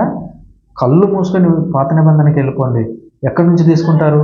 యెషయా ప్రవక్త నుంచి తీసుకోండి. యెషయా ప్రవక్త నుంచి చెప్తున్నాను. అనగా ఆల్మోస్ట్ పాత నిబంధనలో ఫస్ట్ హాఫ్ వదిలేసి సెకండ్ హాఫ్ తీసుకోండి. సెకండ్ హాఫ్ నుంచి మీరు తీసుకుంటే మలాకి ప్రవక్త వరకు ప్రతి పుస్తకంలో దేవుడు యెరూషలేమును నేను శిక్షిస్తాను. మీకు 2-3 ఎగ్జాంపుల్స్ కూడా చెప్తాను, ఆగండి. మళ్ళీ నేను నా సొంత మాటలు చెప్తున్నానని మీరు అనుకుంటారు. సో ఇది మత్తయి శుభవార్త ముందుకు వెళ్తున్నాను.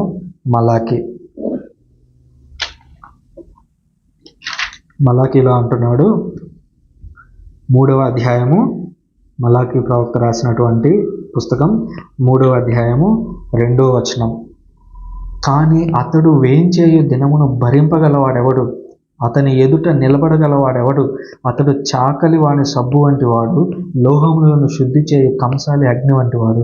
అతడు వెండిని పుటము వేసి శుద్ధి చేయు వాని వల్ల వచ్చి తీర్పు చెప్పును. సో తర్వాత ఇంకా అంటున్నాడు, లోహకారుడు వెండి బంగారములను పుటము వేసినట్లే ప్రభువు దూత యాజకులను శుద్ధి చేయను. ఇదే కదా యేసుక్రీస్తు మాట్లాడుతున్నాడు. ఇదిగో మీ మీద శిక్ష రాబోతుంది అని అక్కడ ఉన్నటువంటి ధర్మశాస్త్ర ఉపదేశకులను అనుసరించి చెబుతున్నాడు. తర్వాత దానికి ముందు జకర్యాకి రండి. జకర్యాకు వస్తే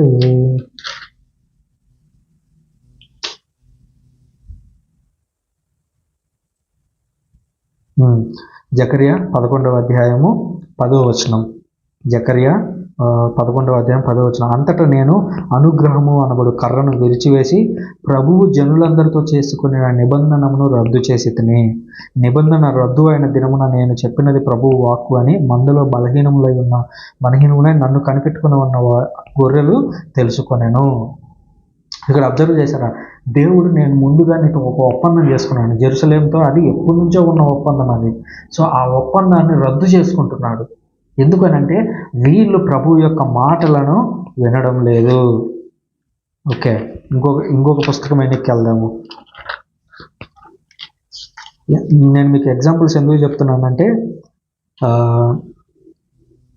ఇది నా సొంత మాటలు కాదు, దేవుడు యెరూషలేమును శిక్షించాలని ప్రతి ప్రవక్త నోటి ద్వారా ఎలా పలికించాడో చూపిస్తున్నాను అంతే. సో చూడండి, హబక్కూకు 1వ అధ్యాయము 2వ వచనం నుంచి, ప్రభువు నీవు నా వేడుకలను ఆలించుటకు మమ్ము హింస నుంచి కాపాడుటకు నేను ఇంకా ఎన్నాళ్ళు మొరిపెట్టవలను. అంటే నీవు నేనిట్టి అన్యాయమును కాంచున్నట్లు చేయనేలా, నీవు ఆ దుష్కార్యములను చూసి ఎట్లు సహింతువు? నాకు కనిపించినది అంతయు వినాశనము దౌర్జన్యమే. ప్రజలు ఎడల జగడములు ఆడుచున్నారు. ధర్మశాస్త్రము బలహీనమై నిష్ప్రయోజనమైనది. న్యాయము ఎంత మాత్రమూ జరుగుటలేదు. దుష్టులు సజ్జనులను అణగదొక్కుచున్నారు. కావున న్యాయము తారుమారగుచున్నది. ఇదేది? హబక్కూకు ప్రవక్త అప్పుడున్నటువంటి పరిస్థితుల గురించి రాశాడు, జెరూసలేంలో ఉన్నటువంటి పరిస్థితుల గురించి. ఇంకా కొంచెం వెనక్కి వెళ్దాము, ఇంకా 1-2 ఎగ్జాంపుల్స్ చెప్దాము.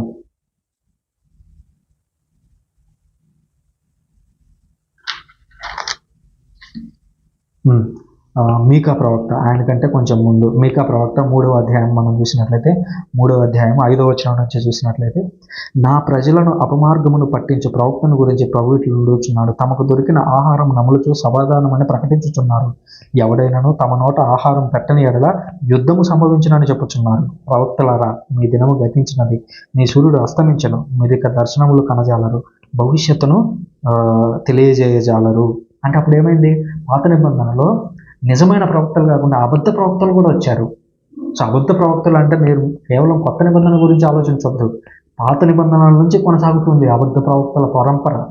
సో ఆ ప్రవక్తల గురించి చెప్తున్నారు. వీళ్ళందరూ లంచగొండులు. ఎవడో ఒకటి తిండి పెడితేనే వాళ్ళు ఏదో యుద్ధం వస్తుంది, అదొస్తుంది, ఇదొస్తుంది అని చెప్పి వాళ్ళను బెదిరిస్తున్నారు అనేటువంటి విషయాన్ని గురించి మీకా ప్రవక్త మాట్లాడాడు. ఇంకొంచెం ముందుకు వెళ్దాము.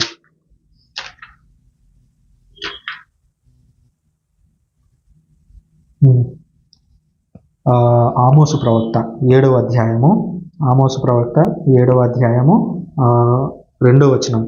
ఆ దండు అనగా ఒక సైన్యం గురించి మాట్లాడుతున్నారు. సైన్యం వచ్చి యుద్ధం చేయబోతుందని. ఆ దండు నేల మీది పచ్చని మొక్కల నెల తినివేయుచుండెను.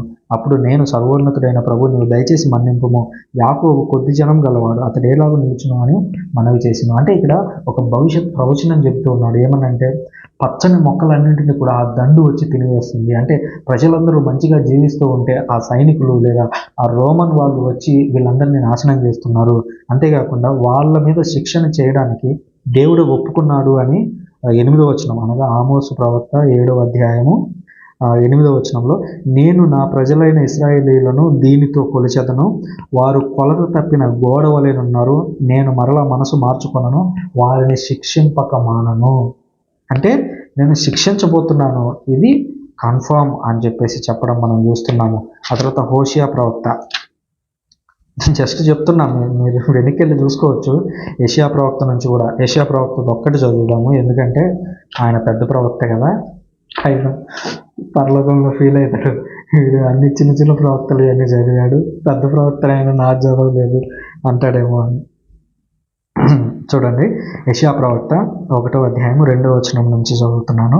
ప్రభువు ఇట్లు పలికిన, భూమి ఆకాశములారా వినుడు, నేను పెంచి పెద్ద చేసిన బిడ్డలే, అనగా ఇజ్రాయెల్ దేశమే, నా మీద తిరగబడి, ఎద్దుకు తన యజమానుడు ఎవరో తెలియను, గాడిదకు తన యజమానుడు తనకు ఎక్కడ గడ్డి మేయనో తెలియను, కానీ ఇజ్రాయేలీనకు ఏమీ తెలియదు, నా ప్రజలు ఏమీ అర్థం చేసుకున్నారు. పాపజాతి ప్రజలారా, మీకు అనర్థం వాటిల్లును, మీరు దుష్టులు, దుష్కార్యములకు పాల్పడువారు, పూర్తిగా చెడిపోయిన వారు, మీరు ప్రభువును విడనాడితిరి, ఇజ్రాయేలు పరిశుద్ధ దేవుని నిర్లక్ష్యం చేసితిరి. నేను మేము మరలా కొట్టవలెనా? మీరు నిరంతరం నాపై తిరుగుబాటు చేయనేలా?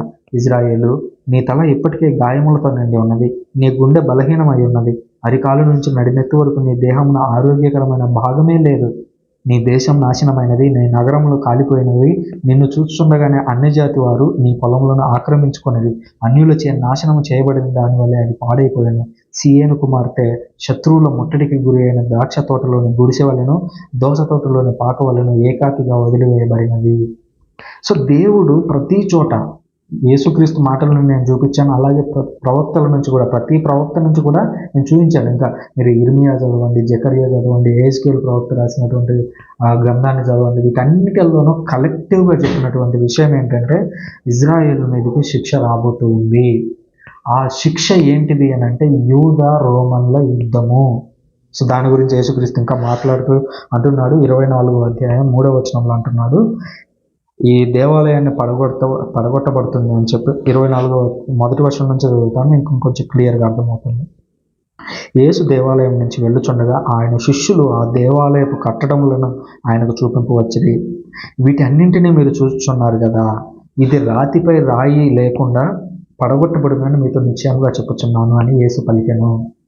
సో యేసుక్రీస్తుకి శిష్యులు ఏం చేశారంటే దేవాలయాన్ని చూపించారు. దేవాలయం పెద్ద పెద్ద రాళ్లతో కట్టారు, అది చాలా గొప్ప గ్లోరీ కలిగి ఉండేది.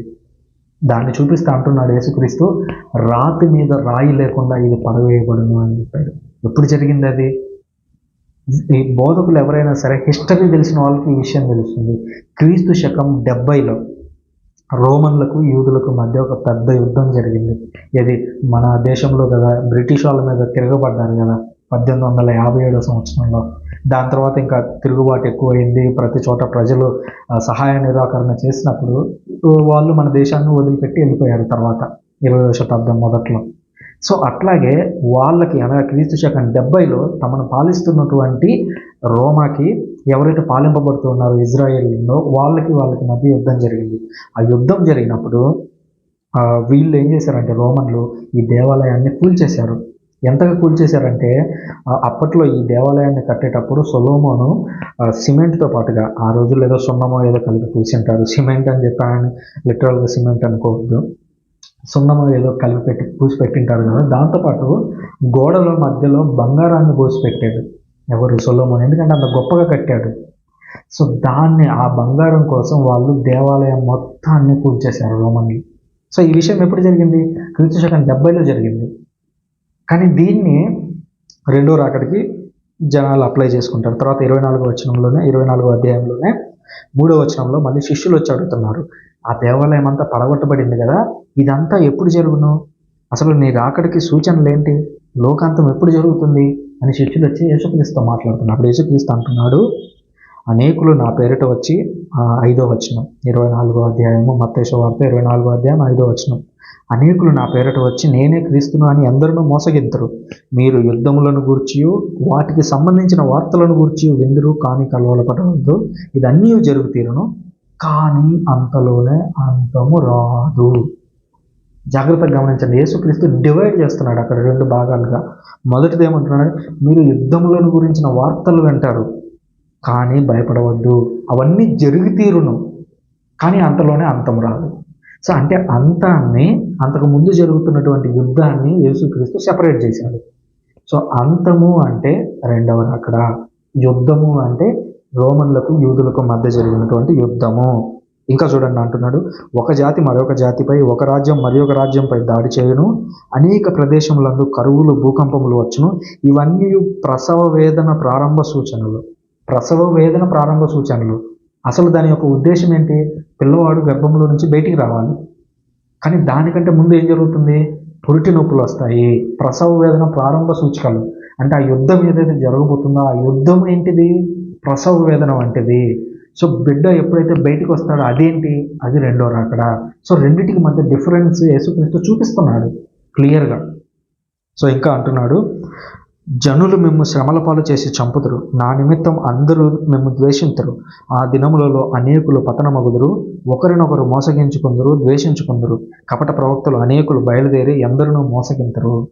దాని గురించి చాలా క్లియర్గా యేసుక్రీస్తు ఎక్స్ప్లెయిన్ చేస్తున్నాడు. ఇంకా ఎక్స్ప్లెయిన్ చేస్తూ అంతము అనే దాని గురించి కొంచెం సేపు పక్కన పెట్టండి, కానీ యుద్ధము అనేది రాబోతుంది, అది జరిగి తీరుతుంది. ఆ యుద్ధం ఎలా ఉండబోతుంది అనేది నేర్చుకోండి. ఒక జాతి మరొక జాతిపై యుద్ధం చేయబోతుంది. రోమా జాతి ఇజ్రాయేల్ దేశం అనగా ఇజ్రాయేల్ యూదా జాతి మీద యుద్ధం చేయబోతుంది. ఇంకా 15వ వచనంలో అంటున్నాడు, కోట్, ప్రవక్త యొగు దానియేలు వచించిన భయంకర వినాశమును పరిశుద్ధ స్థలమందు నిలిచియుండుట మీరు చూచెదరు.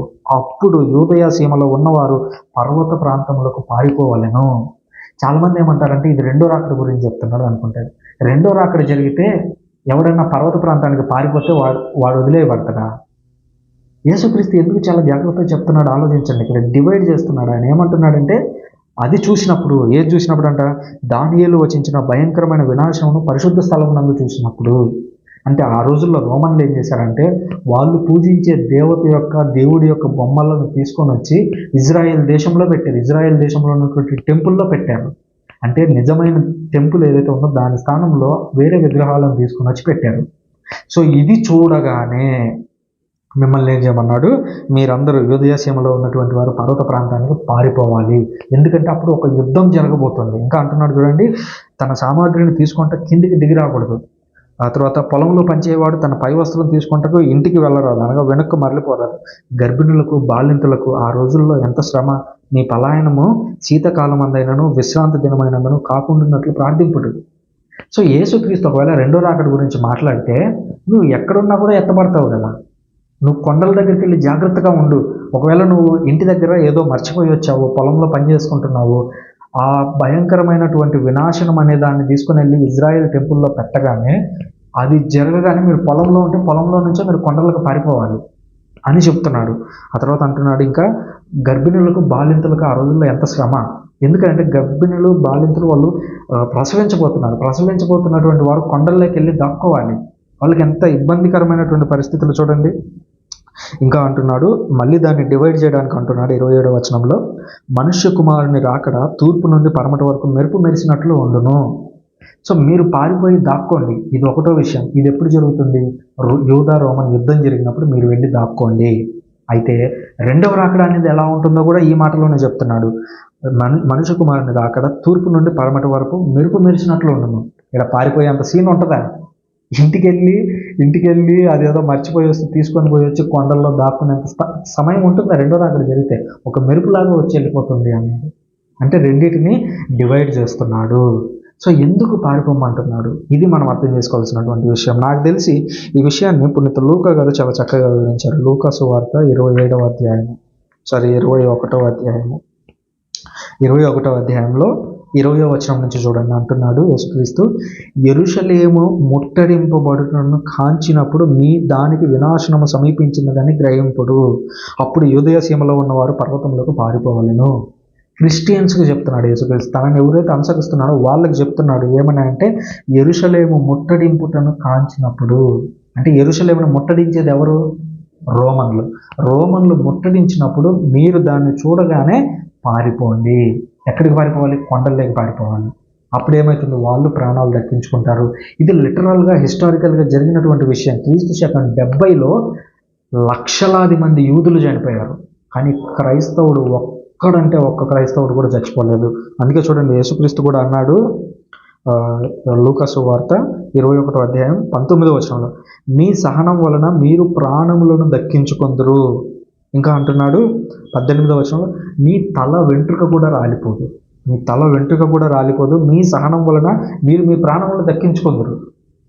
ఈ విషయాలు యేసుక్రీస్తు వాళ్ళకు ముందే చెప్పాడు. అనగా యెరూషలేము యొక్క నాశనం జరగబోతుంది, అది రోమన్ల ద్వారా జరగబోతుంది. రోమన్లు వాళ్ళ దేవతలను తీసుకుని వచ్చి టెంపుల్లో పెట్టగానే ఇక మీరు సీన్ అర్థం చేసుకోండి. యెరూషలేముకి పాత నిబంధనల నుంచి దేవుడు శిక్షను కురిపిస్తానని చెప్తూ వస్తున్నాడు కదా, అది అప్పుడే నెరవేరబోతుంది. కాబట్టి మీరు అప్పుడు పారిపోయి కొండల్లో దాక్కోండి అని చెప్పాడు. కొన్ని నెలల పాటు ఆ యుద్ధం సాగినన్ని రోజులు వాళ్ళు కొండల్లోనే దాక్కున్నారు. ప్రాణాలు అరచేతుల్లో పెట్టుకొని బతికారు. అది క్రీస్తు శకం 70లో లిటరల్గా జరిగింది. దాన్ని రెండవ రాకడికి ముడిపెడుతున్నారు. సో దానివల్ల కన్ఫ్యూజన్ అనేది స్టార్ట్ అవుతుంది. సో ఇప్పుడు మొదటి విషయం మనకు అర్థమైంది. క్రీస్తు శకం 70లో జరిగినటువంటి యుద్ధం గురించి యేసుక్రీస్తు చాలా స్పష్టంగా చెప్పాడు. అప్పుడు యేసుక్రీస్తు మాటలను ఎవరైతే నమ్మారో ఆ క్రైస్తవులు మొత్తం ప్రాణాలు కాపాడుకున్నారు. నమ్మని యూదులు ఎవరైతే ఉన్నారో వాళ్ళందరికీ శిక్ష పడింది. అదే కదా యేసుక్రీస్తు అన్నాడు మత్తయి సువార్త 24వ అధ్యాయము 36వ వచనంలో అంటున్నాడు, వీటన్నిటికీ గాను ఈ తరము వారు శిక్షను అనుభవించి తీరుదురని నేను నిశ్చయంగా మీతో చెప్పుచున్నాను అన్నాడు. ఆ మాట నెరవేరినట్లుగా మనం చూస్తున్నాం. ఇది ఇది యూదా రోమన్లకు మధ్య జరిగినటువంటి యుద్ధం గురించి మాట్లాడినటువంటి విషయం. ఇక రెండవ రాకడ గురించి ఆయన మాట్లాడుతూ అంటున్నాడు, ఒక అంజూరపు చెట్టును ఉపయోగించి ఆయన మాట్లాడాడు అంటున్నాడు. మత్తయి శుభవార్త 24:32 నుంచి కోట్. అంజూరపు చెట్టు నుంచి ఈ గుణపాఠం నేర్చుకోండు, దాని రెమ్మలు లేతవై చిగురించినప్పుడు వసంతకాలం వచ్చిందని మీరు గుర్తించరు. అట్లే వీటన్నిటిని మీరు చూసినప్పుడు ఆయన సమీపముననే ద్వారము వద్ద ఉన్నారని గ్రహింపము. ఇవన్నీ నెరవేరు వరకు ఈ తరము గతింపదని మీతో నిశ్చయంగా చెప్పుచున్నాను. ఈ మాట చెప్పడానికి ముందు ఏం చెప్పాడు? శ్రమలు, హింసలు, మహా ఉపద్రవములు, కపట క్రీస్తులు, పారిపోవడాలు, తర్వాత ప్రవక్తయకు దానియేలు వచించిన వినాశకరమైనటువంటి పరిశుద్ధ స్థలంలో ఆ వినాశకరమైన దాన్ని తీసుకొని వచ్చి పెట్టడం, ఇవన్నీ చూసినప్పుడు సమీపంలోనే ద్వారం చెంతనే ఉన్నానని గ్రహింపుడు. ఎందుకంటే ఫర్ సెకండ్ కమింగ్. ఇంకా అంటున్నాడు, ఇవన్నీ నెరవేరునంత వరకు ఈ తరం గ్రహింపదు, ఈ తరం గతింపదు. అంటే కేవలం 40 సంవత్సరాల కాలంలో ఇది జరగబోతుంది. సో యేసుక్రీస్తు రఫ్గా క్రీస్తు శకం 31-32లో చెప్పాడు అనుకుందాం ఈ మాట. క్రీస్తు శకం 31 నుంచి అనుకుంటే 71 లోపు జరగాలి, 40 సంవత్సరాల లోపు. లిటరల్గా అది జరిగింది. సో అది జరిగిన తర్వాత సెకండ్ కమింగ్ ఉంటుంది. చూడండి అంటున్నాడు, ఇవన్నీ జరిగినప్పుడు నేను ద్వారము వద్ద ఉన్నానని గ్రహింపుడు. సో ఈ దేవాలయం కూలిపోయినప్పుడు గుర్తించండి, నేను ద్వారం దగ్గర ఉన్నాను అంటే దాని తర్వాత సెకండ్ కమింగ్ ఉంటుంది అని. సో ఇది అనమాట బేసిక్ డిఫరెన్స్. ఇది మనకు అర్థం కావాలి. ఈ శ్రమల గురించి యేసుక్రీస్తు మాట్లాడాడు కదా. చూడండి, దర్శన గ్రంథంలో సగం పుస్తకం, సగమేమో ఆరాధన గురించి మాట్లాడుతుంది, ఇంకొక 40% సగం అని చెప్పను కానీ ఒక 40% కేవలం శిక్షల గురించి మాట్లాడుతుంది. ఎవరికి అనంటే ప్రపంచం మొత్తానికి కాదు. యేసుక్రీస్తు ఇక్కడ రోమన్లకి యూదులకి మధ్య జరిగిన యుద్ధం గురించి 24వ అధ్యాయంలో మాట్లాడినటువంటి విషయాలు ఎలాబరేట్ చేసి హిస్టారికల్గా ఆ డీటెయిల్స్ అంతా తీసుకొచ్చి దర్శన గ్రంథంలో పునీత యోహాను గారు రాశారు. అదేనమాట దర్శన గ్రంథంలో ఉన్నటువంటి అసలు విషయం. అంటే దర్శన గ్రంథంలో యుద్ధాలు, కరువులు, భూకంపాలు ఇవన్నీ కనిపించినప్పుడు అక్కడ ఉన్నటువంటి విషయం సీన్ ఏంటి అని అంటే యూదులకి రోమన్లకి మధ్య జరిగినటువంటి యుద్ధం గురించి మాట్లాడుతుంది. దాని తర్వాత రెండో రాకడ గురించి మాట్లాడుతుంది, కానీ చాలా లిటిల్ అమౌంట్. అయితే తర్వాత పరలోకంలో మనందరం దేవునితో ఎలా కలిసి ఉంటాము అనే దాని గురించి 1-2 అధ్యాయాలు మాట్లాడుతుంది. ఆ తర్వాత మిగిలిన ఒక 50-60% కంప్లీట్గా ఆరాధన అనేది ఎలా జరగాలనేటువంటి విషయం గురించి మాట్లాడుతుంది. సో ఎలాబొరేట్గా దీని గురించి వివరించాలనుకుంటున్నాను. ఇది దర్శన గ్రంథం యొక్క ఉపోద్ఘాతం మాత్రమే. దర్శన గ్రంథం యొక్క ఉపోద్ఘాతం మాత్రం అంటే దర్శన గ్రంథం అంటే అసలు ఏంటి అనేది వివరించడానికి మీకు ఎంత టైం తీసుకుంది అని అంటే ఇక రాబోయేటువంటి అధ్యాయాల్లో ఎంత గొప్ప విషయాలను మనం నేర్చుకోబోతున్నాము, ఎంత గొప్ప విషయాలను మనం తెలుసుకోబోతున్నాము అనేటువంటి విషయాలను ఒకసారి గుర్తు చేసుకోమనుకుంటున్నాను. చెప్పిన దాంట్లో మీకు ఏమైనా డౌట్లు ఉన్నట్టయితే తప్పకుండా కామెంట్ బాక్స్లో రాయండి, దానికి నేను సమాధానం ఇచ్చేటువంటి ప్రయత్నం చేస్తాను. Thank you very much. పిత, పుత్ర, పవిత్ర ఆత్మ నామమున ఆమేన్.